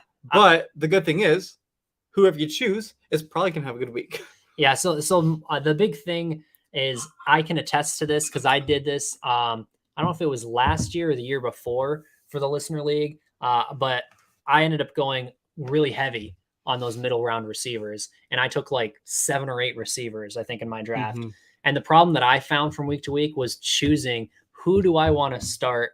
And I felt like no matter what week it was, I always chose the wrong guy, it felt like. And so it frustrated me. And so I also decided that I'm not going to do that anymore. I remember you getting upset about it. Yeah. And so I'm like, it was so annoying to me. So good luck, Brady. Maybe you can have better luck than I did doing that strategy. But let's go through and look at it position by position. We've got the quarterback, Josh Allen, and nothing else. You don't need anything else other than Josh Allen. And then outside of the quarterback, you have the running backs, Austin Eckler, Leonard Fournette. And then the next running back came in the 11th round with Nyheim Hines and Zamir White. And that is it at the running back position. So he's very thin at that spot. And then at the wide receivers, you got Jalen Waddle, Brandon Cooks, Michael Thomas, DeAndre Hopkins, Brandon Ayuk, Elijah Moore, Tyler Boyd, and Josh Palmer later, which all of those are good picks. Are you done saying the receivers yet? Yeah. Those are all good picks. None of those guys I dislike this season. So, you know what? Kudos to get all good receivers. That's pretty hard to do in the draft. Yeah. And then outside of the receivers, looking at the tight end spot, you got Gerald Everett and Hayden Hurst. Some late round flyers at the tight end spot. I don't hate. They have opportunities to put up some fantasy points. The defense he went with is the Pittsburgh Steelers defense. Kicker is Matt Prater. What do you think of the squad overall? And give me a letter grade. You know, at the minimum, you need to start 2 running backs. And I think Brady's going to use that, he's going to go minimum tactic every single week, which is fine because you have great guys in Fournette and Eckler. But I would like you can drop Josh Palmer at this point. He's never going to see your starting lineup. I know that, knowing Brady for such a long time, he likes Justin Herbert a lot. He was really mad when I took him last year in the draft. But just drop Josh Palmer. You're not going to use him when you have 7 other receivers who are incredible. Get a running back just to shore up some depth. You don't even need to start him. Right. But having him there is really important. It doesn't need to be a week 1 thing either. So wait and see. But it's a pretty solid squad. I would have liked to trade maybe an Elijah Moore or a Tyler Boyd for a tight end instead of getting Gerald Everett. But again, big fan of Justin Herbert. So I'm going to give this this draft an overall grade of an A-. Very strong, with the exception of some tight end and a 1 depth piece. Yeah, I think I really want to give them I'm teeter-tottering between an A- and a B+. It's just the depth at the running back position and the lack of a, top 10 guy necessarily at the tight end position. That's the thing that's going to hold them back, if anything. So I'm teetering between. I'm going to go with maybe an A-. I'll be lenient because I love the receivers that were selected. I like them all. And so if you can get all of those guys and have all such good picks, you know what I mean? Who am I to judge and say that, one of your running backs aren't going to hit home? You know what I mean? So, you know what? Kudos to you. A-. I think that's might be the highest grade we've given so far, maybe. So far, yes. All right, moving on to pick number 6. And this is a newcomer, if I'm not mistaken. Yep, Scott is a newcomer. I've done some podathoning with him on Paulie's Playoff Podathon before. So a familiar name to me, but new to the Listener League. So Taylor, break down his team for us. So the first 4 picks go as follows. Joe Mixon at the 1-6, which is interesting. Very early for Joe Mixon. Must be a big believer in that Cincinnati offense. Then you follow that up with CeeDee Lamb, A.J. Brown, and DJ Moore. A couple of receivers, but all 3 of these guys were in our top, I think, 14 or 15 in our rankings. So 3 top 15 receivers. It's not a bad start. And then a top 10 guy at the running back position. He went hero RB here with Joe Mixon being his hero. What do you think? I think only having having the one hero is fine. And these are really solid receivers. So I think it's going to pay off for him in the immediate, here and now. Um, so I really like the start for the first four guys. I just hope that he's able to continue to build upon the running back position that he already has, and just finding some values for this team is what I'm going to be looking for. So after the DJ Moore pick, what else does he have? So looking position by position, we got Jalen Hurts and Matt Ryan at the quarterback position. I think it's very good that he got Matt Ryan to back up Yes. Jalen Hurts because he may be starting him throughout this season. Yep. And then looking at the running backs, you got Joe Mixon, and then Tony Pollard is the next one in round 8. Devin Singletary, Brian Robinson. So he's only got 4 guys. And unfortunate with Brian Robinson, the situation. So right now he essentially has 3 guys until Robinson can get healthy. So I would suggest maybe looking at the waiver wire to try and snag another running back. Yep. And then at the wide receiver position, you got CeeDee Lamb, AJ Brown, DJ Moore, DK Metcalf, Gabe Davis, and then I believe that is it. So he only took 5 receivers, which is interesting, I guess. It's enough, but maybe you look to have one more since you can start I think you can start 5 receivers. You can start 5 receivers in our league, and seeing that you don't have a necessarily startable running back in the flex position, I would look at grabbing another receiver just to have on your bench. And then outside of the receivers, you got Cole Kmet, David Njoku, and Noah Fant. So that is 3 tight ends that he drafted. And all of them have opportunity this year, but none of them are stud guys. So I guess he went and took advantage of the tight end premium and tried to get a guy who maybe they're going to start in the flex for him. I'm going to give my grade here and then use the little boys room real quick. But having these tight ends, it's going to be hard to determine which one you want to start each week, with the exception of Noah Fant, because that offense is going to be terrible. But I do like that you backed up Jalen Hurts with Matt Ryan. But you need to grab another running back. So drop Noah Fant, grab a running back, right? Overall, I think this team has a unique construction, really good receivers. Maybe you should get another one as well. But either way, I'm going to rock with a B here. Some of these middle round picks I'm not loving, but it's a pretty solid and well put together team. Yeah, I'm going to go with a B- for this squad. I didn't mention who their defense and kicker was, so I'll quickly do that while he is away. We got Justin Tucker for the kicker position in I believe that is 12th round. And then we have the Cleveland Browns defense, which is an interesting pick. I don't think that is necessarily where they wanted to go. However, as you see a few teams over, a lot of defenses on that team. So I think it was more of a necessity than a want at the defensive position. I would probably give this team a grade of maybe a B-. The thing that hurts this team more than anything is the fact that you don't have a number 2 running back. You have to put 2 running backs in your lineup at least for a minimum.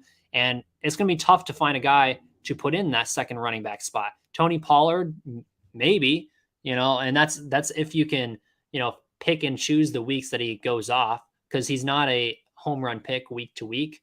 And then you also have Devin Singletary, who is intriguing just because of the performance that he put on. He does seem to be the number 1 back for right now in Buffalo, but that's for right now. They've got 3 mouths that they can, put the football towards. So what exactly does that mean?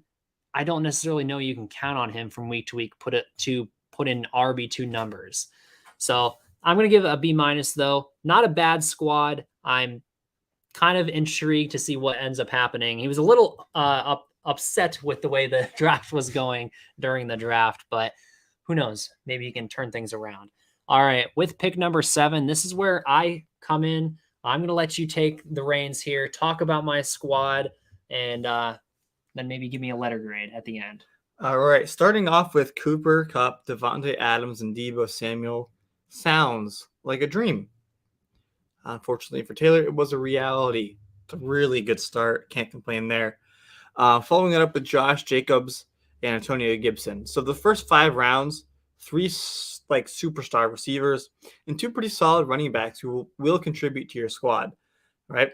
Let's break it down position by position, though. Quarterback is Aaron Rodgers, and I think that's the only one. Oh, excuse me, Mac Jones.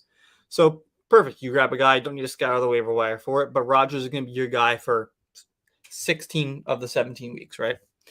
And then for running backs, you have Josh Jacobs, Antonio Gibson, Damian Harris, Michael Carter, Rashad White. So you have 5 running backs here. I was actually surprised with your Michael Carter selection. But still, they're not going to give up on him this easily, right? And it's the Jets, too. They don't know what they're doing. So maybe they'll see, oh, Michael Carter's actually a good guy. Let's put him in more. Receivers, Kupp, Devontae, Debo, Godwin, Robert Woods, Chase Claypool. Like, it seems that your draft mates were just sort of handing you receivers. And you're like, do you want Chris Godwin? Do you want Debo? Tight end is Irv Smith and Austin Hooper, 2 late-round darts at the tight end spot. Colts defense, Rodrigo Blankenship, who I know you're a big fan of. It's going to be really hard to beat your team this year. And the draft, you've played the draft really well because I was sitting there watching you draft, right? You played the draft really well. Letting it come to you is one of the most important things about fantasy, right? You have to understand the tendencies of others. Weighing this ADP game is tough. Like, you could have taken Saquon you could have taken Leonard Fournette or James Conner at 2-6 instead of Devontae. You could have taken Deontay Johnson or Travis Etienne or George Kittle at 3-7, but Debo was there. So it's crazy to me how far some of these guys fell for you. And I know this is a strategy you don't typically employ because you're like, hey, I want my running backs now. But I got to say, I'm glad you didn't go that way. Yeah, I have to say, when I was drafting this team, I was I struggled. I think I was telling you how much I was struggling with my picks, each one of those first 3, because I love taking early running backs. And with that first selection, I wanted so badly to take Dalvin Cook. That could have changed your whole draft. It could have. I wanted so badly to do it, but I was like, no, I'm taking Cooper Kupp. I didn't see him fall past 1-7 in almost any other draft. And my big thing was, if I didn't take Cooper Kupp there, I looked at it this way. If I didn't take Cooper Kupp, would I be mad that someone else got him? Yes. Later than me? Yes. And so I was like, yes, I would. So I went ahead and took Cooper Kupp. And I kind of used that same implement for the next 2 picks. Devontae Adams was on the board, and I wanted to take a running back there. I was going to take someone like Javonte Williams, maybe. But then I saw Devontae Adams was there, and I was like, this man usually, I've seen him go in the first round. Mm-hmm. And I was like, I have to take him. And so then I was like, well, I have to get a running back in round 3, though. That's just what I have to do.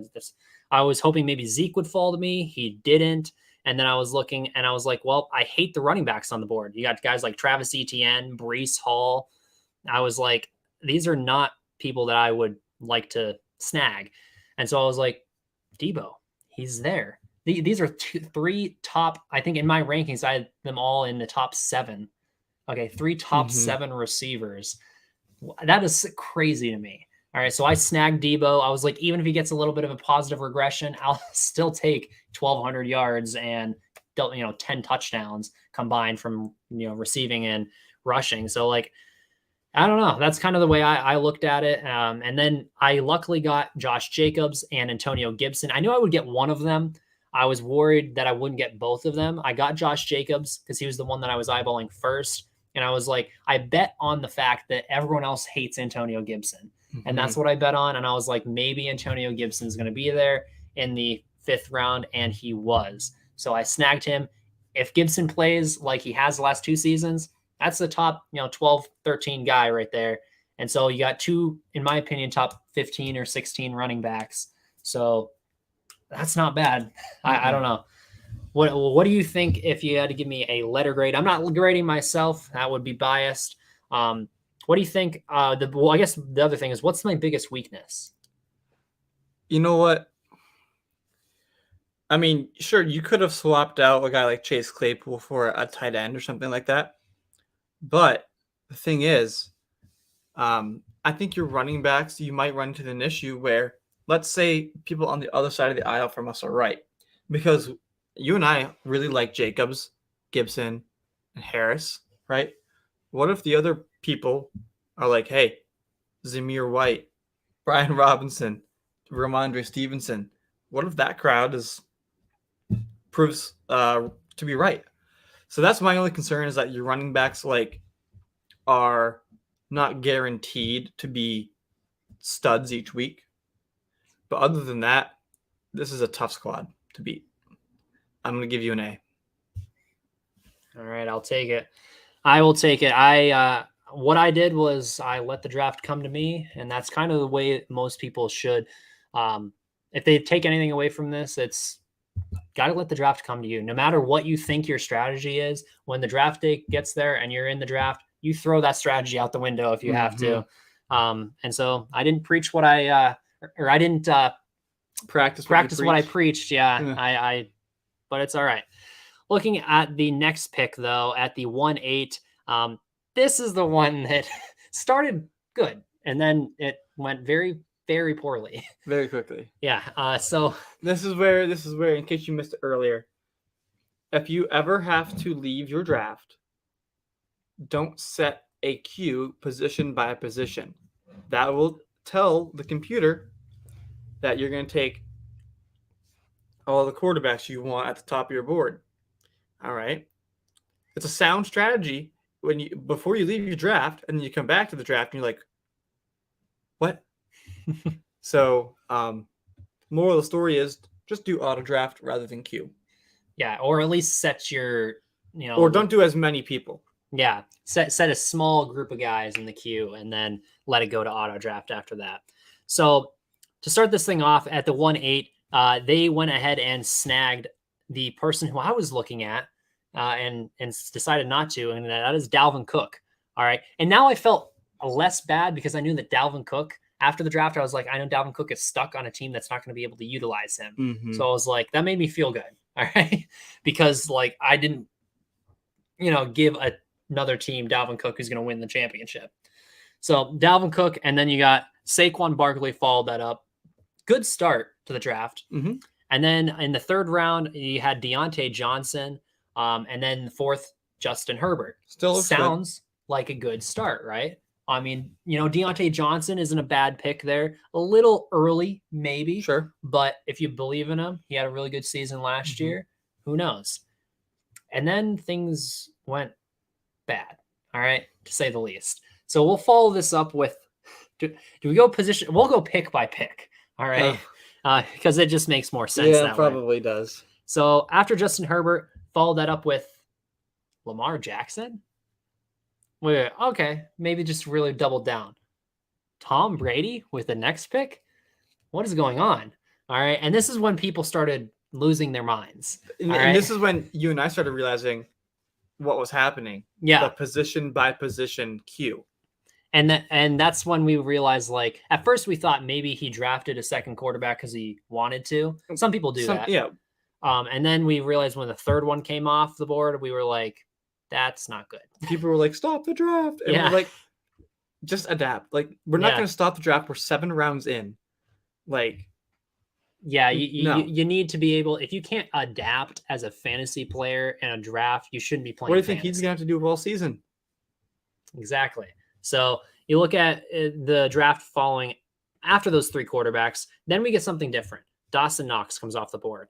Okay, not terrible. All right, you can maybe trade those 2 other quarterbacks away for other pieces. And then you got Pat Freiermuth following that up. Okay, maybe you could start both of them, and because it is tight end premium. Yep. And then you follow that up with the Buffalo Bills defense in the 9th round, which should have been a red flag. All right. Mm-hmm. And then the LA Rams defense. And then 4 more defenses. Yeah. And then the LA Rams went off the board. And then the Baltimore Ravens defense went off the board. And then the LA Chargers went off the board. Now, at this point, everyone was like, I think people were getting upset. All right. Which you know what? It's a defense. At least he wasn't drafting all the quarterbacks, you know? Yeah. So, and then the Saints defense went off the board after that. So that is 5 straight defenses in a row, which really put the team in a position where you just can't win at this point. And then you have Matt Gay, Russell Gage, Ronald Jones, and Kenny Galladay to follow up to finish out the draft. So we'll go and look at the receivers. He has Deontay Johnson, Russell Gage, and Kenny Galladay. Now in our league, you are required to start 3 receivers. So he only has 3 receivers on his roster. Yeah, it's tough. I hope he's made some moves. I'm not in that league, so I don't know. Has he made a move? He's tried. Okay. He has tried to make some moves. He's begging people at this point to take defenses, quarterbacks, whatever it is, off of his roster. And so if you're listening out there, I would be willing to make a trade. I've tried a couple of times. I don't necessarily need a defense per se, but I've looked at some other positions. At this point, just cut your ties with some defenses. He did get a couple of different players off of waivers. Okay, that's good. For the defenses, I think he got rid of 2 defenses. All right, so there's a start. So either way, obviously got dealt a pretty bad hand with the Q. So let that serve as a reminder. Don't Q. All right. Don't Q. Should we grade? It's gonna be tough to grade. I will go ahead and grade it. I'm gonna give it a D. Simply because there's no depth. All right. And then you have, the first couple of positions, running back, you've got players at the top. It's like you said, this is a top heavy draft. All right. If there is one. So you got players at the top that you can work with for most of the season. You're going to just have to be really, really adamant when it comes to the waiver wire. You're going to have to be on there, as soon as, 1201 hits, you better be ready. All right. Yeah. Or whatever time it is that they go and do the waivers. So I guess that's kind of the big thing more than anything. You're going to make sure you're prioritizing your waiver wire pickups as well when you're doing your ads. Yeah, right on. We don't do fab in this league, so you don't have to worry about, paying for a player, which is going to be very useful for this team. But yeah, I think D's a fine grade. Excuse me. He's got the top talent, which is great. But I think this team, it can only improve. Really, it can only improve. So I'm looking for this team to make some moves, and we'll see. I'm curious how at the end of the season how it looks. Yep. All right, moving on though. All right, moving to the 1-9. This is someone that we have in our Dynasty League, actually. And so starting this thing off, they started off pretty hot with some running backs here. You got Najee Harris at the 1-9, which is where you went with your first selection. And then you have Alvin Kamara with the follow-up pick, Pat Mahomes, and Darren Waller. So spreading it out across a couple of different positions here, but doubling down on those early running backs. I like that. It's a sound strategy. Pat Mahomes is an early pick. Like you said, with the other Pat Mahomes pick in your draft, he's always good. So you don't have to worry about that. Yep. And then you got Darren Waller, who is an interesting pick in the 4th round. You're betting on him to, really haul in targets in an offense that is going to be passing the foot or, has a lot of mouths to feed, I guess. Yeah. So it's going to be a little worrisome whether Darren Waller can pull his ADP out of this draft. Yeah. This is a pretty solid start. Obviously the tight end premium, that's where the Waller, ADP inflation comes from, because he had really fallen off a little bit this offseason. He hadn't been practicing because he hadn't really, he wanted a deal, right? Signed Drew Rosenhaus as his agent. Now, that's a name that should be familiar to you because he worked with Antonio Brown. And he got the bag, 51 mil. So moving on, Taylor, what else? I like the first set of picks.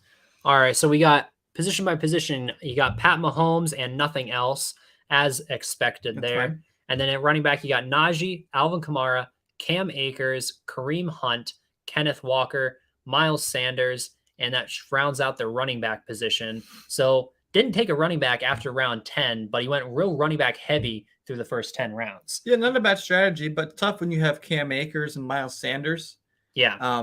2 guys who are really going to probably disappoint this season. Mm-hmm. And then at the wide receiver position, the first two receivers that were drafted were Amon-Ra St. Brown and Darnell Mooney, which is an interesting duo to start your draft with at the wide receiver position. Then followed up with Treylon Burks, Michael Gallup, Rondale Moore, and Romeo Doubs. I think he's going to be really hurting at the wide receiver position, especially since you have to start three.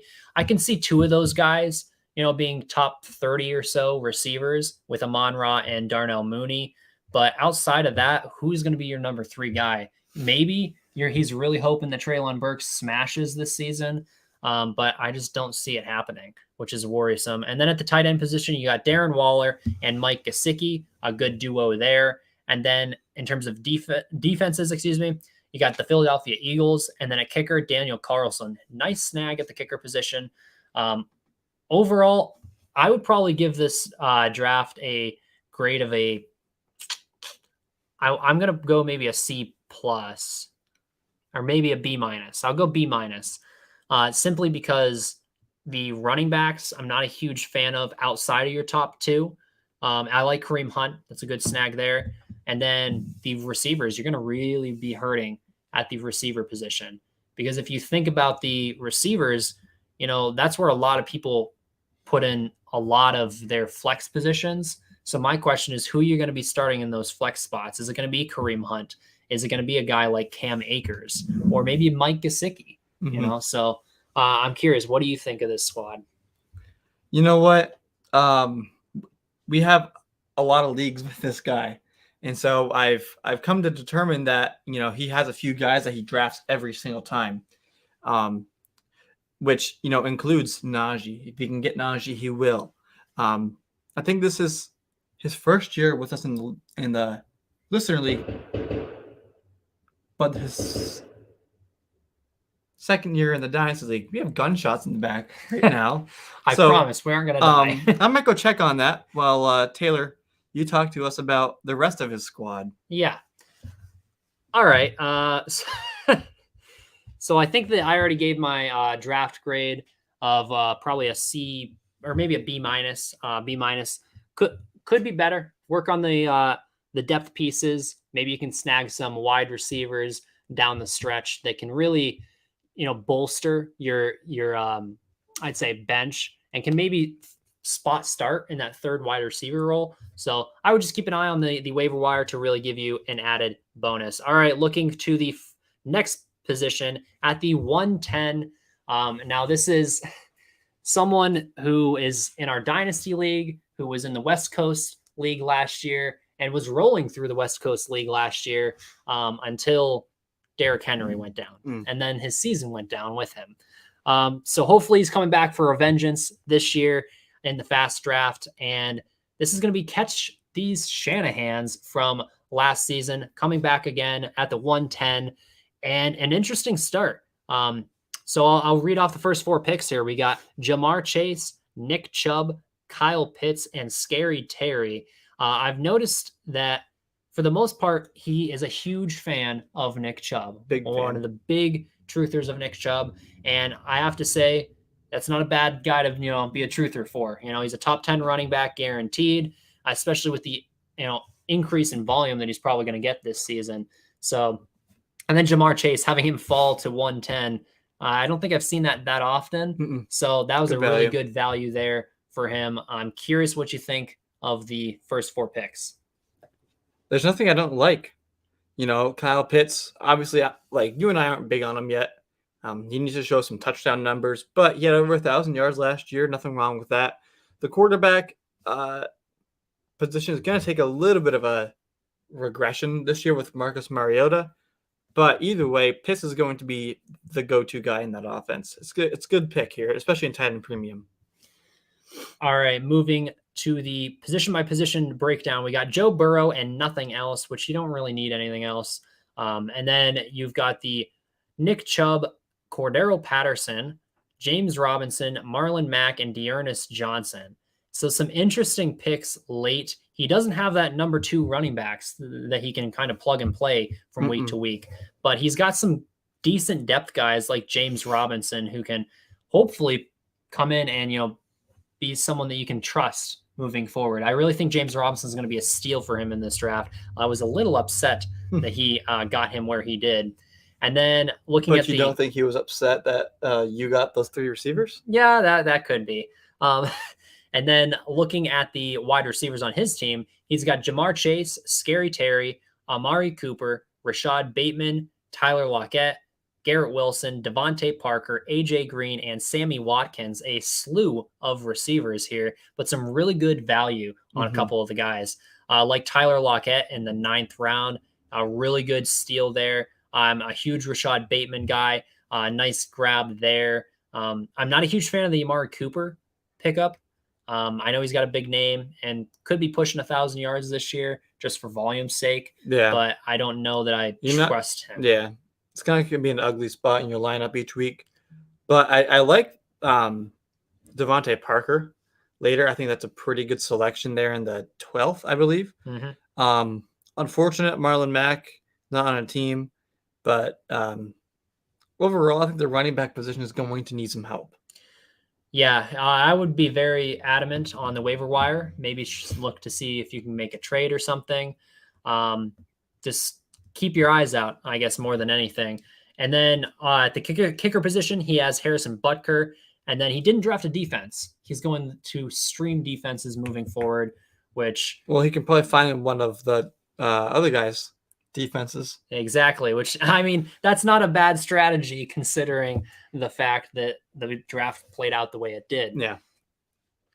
Moving to the, I guess, draft grade here. What are you thinking for a draft grade? I like some of the picks. I think he got some good value, but he is hurting with that second running back spot. He doesn't necessarily have the number 2 stud at the wide receiver position. What do you think in terms of a draft grade? I'm going to go B- here. Sorry, Marion. You're probably hoping for more. But B- is what I'm going with, especially without that solid RB2. That's just where I'm leading right now. I'm going to give him a B. I think that there's an opportunity for him to possibly make a trade and, elevate that team into close to the A range, But for me, I'm going to go with a B for now until, you see some of the moves get made. Coming out of the draft, you got the values, which is good. You got the values at the receiver. You got some really nice depth pieces for depth running backs, but not necessarily starting running backs.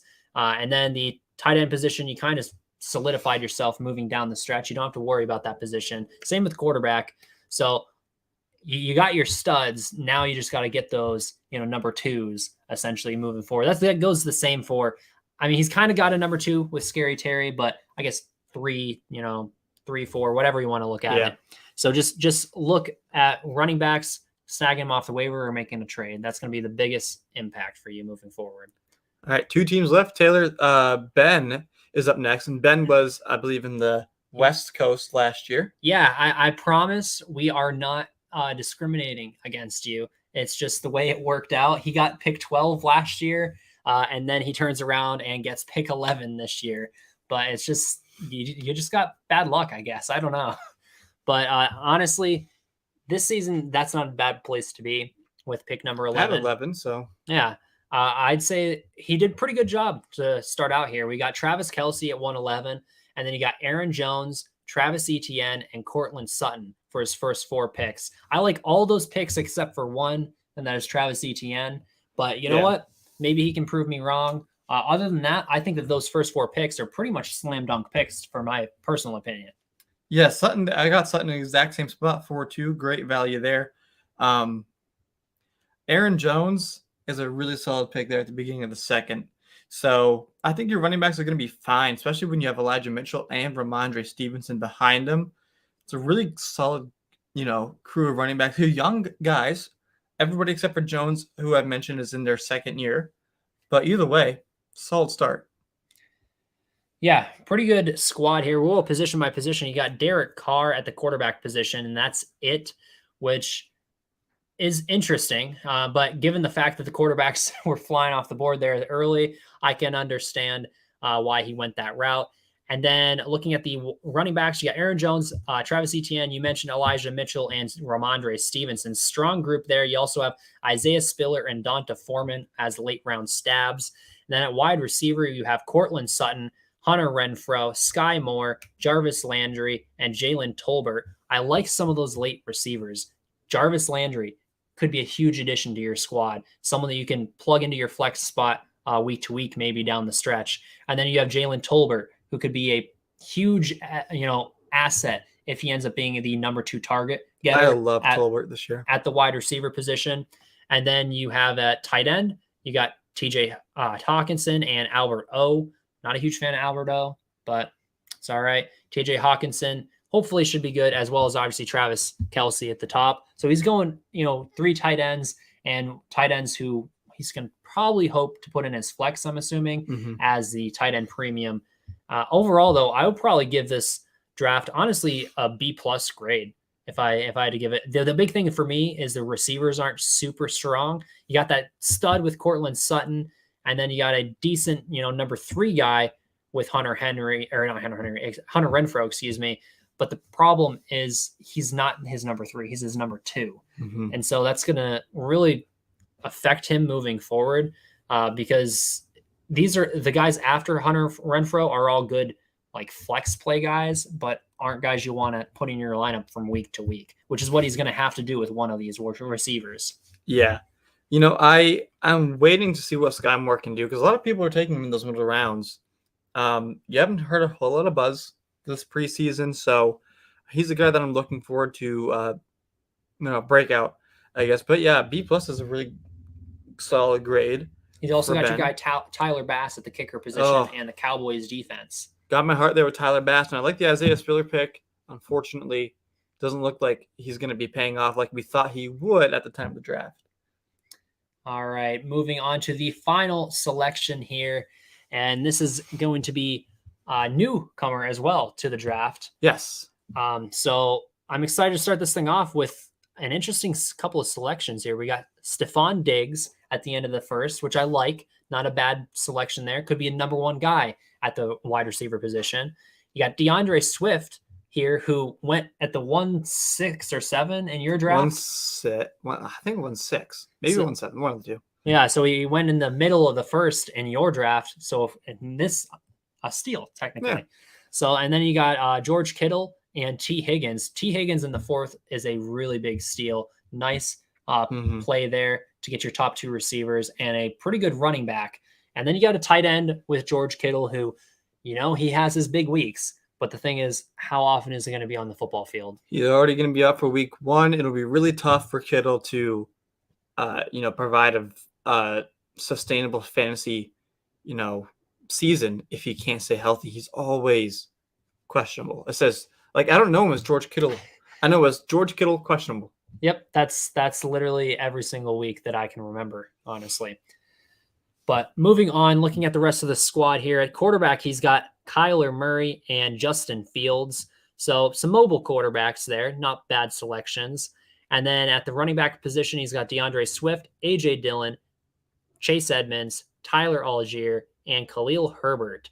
So not a whole lot outside of those first 2 with Dillon and Swift. So when the bye weeks come rolling around, it's going to be tough to fill in that point void. Chase Edmonds will probably be his best option there, but I wouldn't really want that as my 3rd running back. Yeah. Moving on to the wide receivers, you got Stephon Diggs, T. Higgins, Drake London, Christian Kirk, Chris Olave, MVS, and then finishing out with Jameson Williams, which was a really nice snag at the very final pick in this draft, if I'm not mistaken, with the 17-12. Really nice addition for a guy who, once he gets on the football field, could be the number 1 receiver in that Detroit offense if things pan out the way people expect. I think the only thing with Williams is that people are unsure how much he's actually going to play this season. Because I haven't heard much of anything about, he's going to come back definitely week 3 or he's going to miss 4 games. I just haven't. Well, I know he's missing the first 6 games. Is it? Okay. Yeah.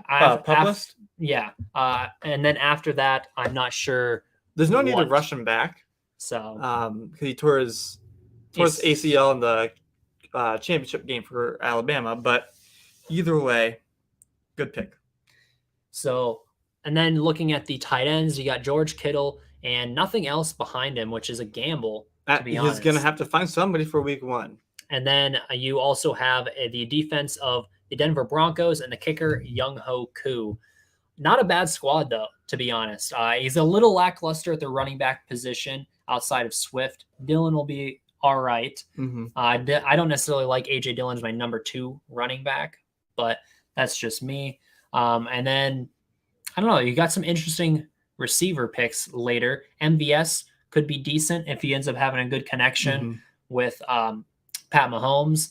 And then you got some number 1s with Christian Kirk and Drake London. Yeah. You know what? This guy, drafting from the 112 was tough this year, but I think he made the most of it. Waited on some good values, I thought. But my favorite pick of all of these is T. Higgins there in the 4th. Just a really good value there. Yeah, I see him going in the 3rd in most. Didn't most need drafts. to reach.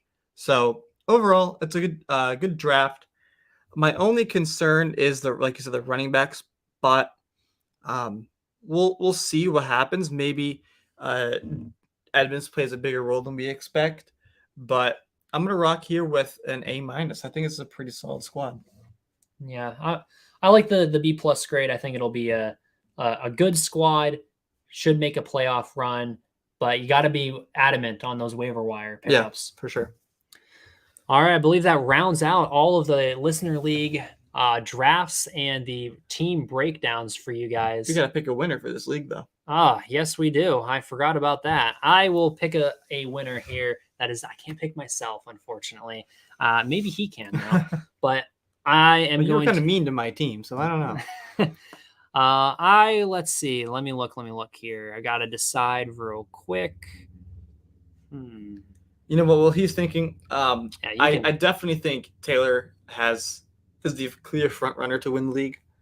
When his receivers can put up each 20 points a game, that's just wild to me. And then you have Rodgers, who's a guaranteed 20, 25 points a game too. You're getting half your team's points from less than half your team, which is real nice. Yeah, we can start at 11, and it's just going to be tough to beat your squad if they are all firing on all cylinders week in and week out. All right, I'm going to probably go with, believe it or not, Brady. Okay. I think that's the route that I'm going to take here, and it has everything to do with like assuming that my squad I can't pick my own squad. I'm going to go with Brady because he's got those top running backs who he can count on. They may not be necessarily phenomenal guys. Austin Eckler is, yeah.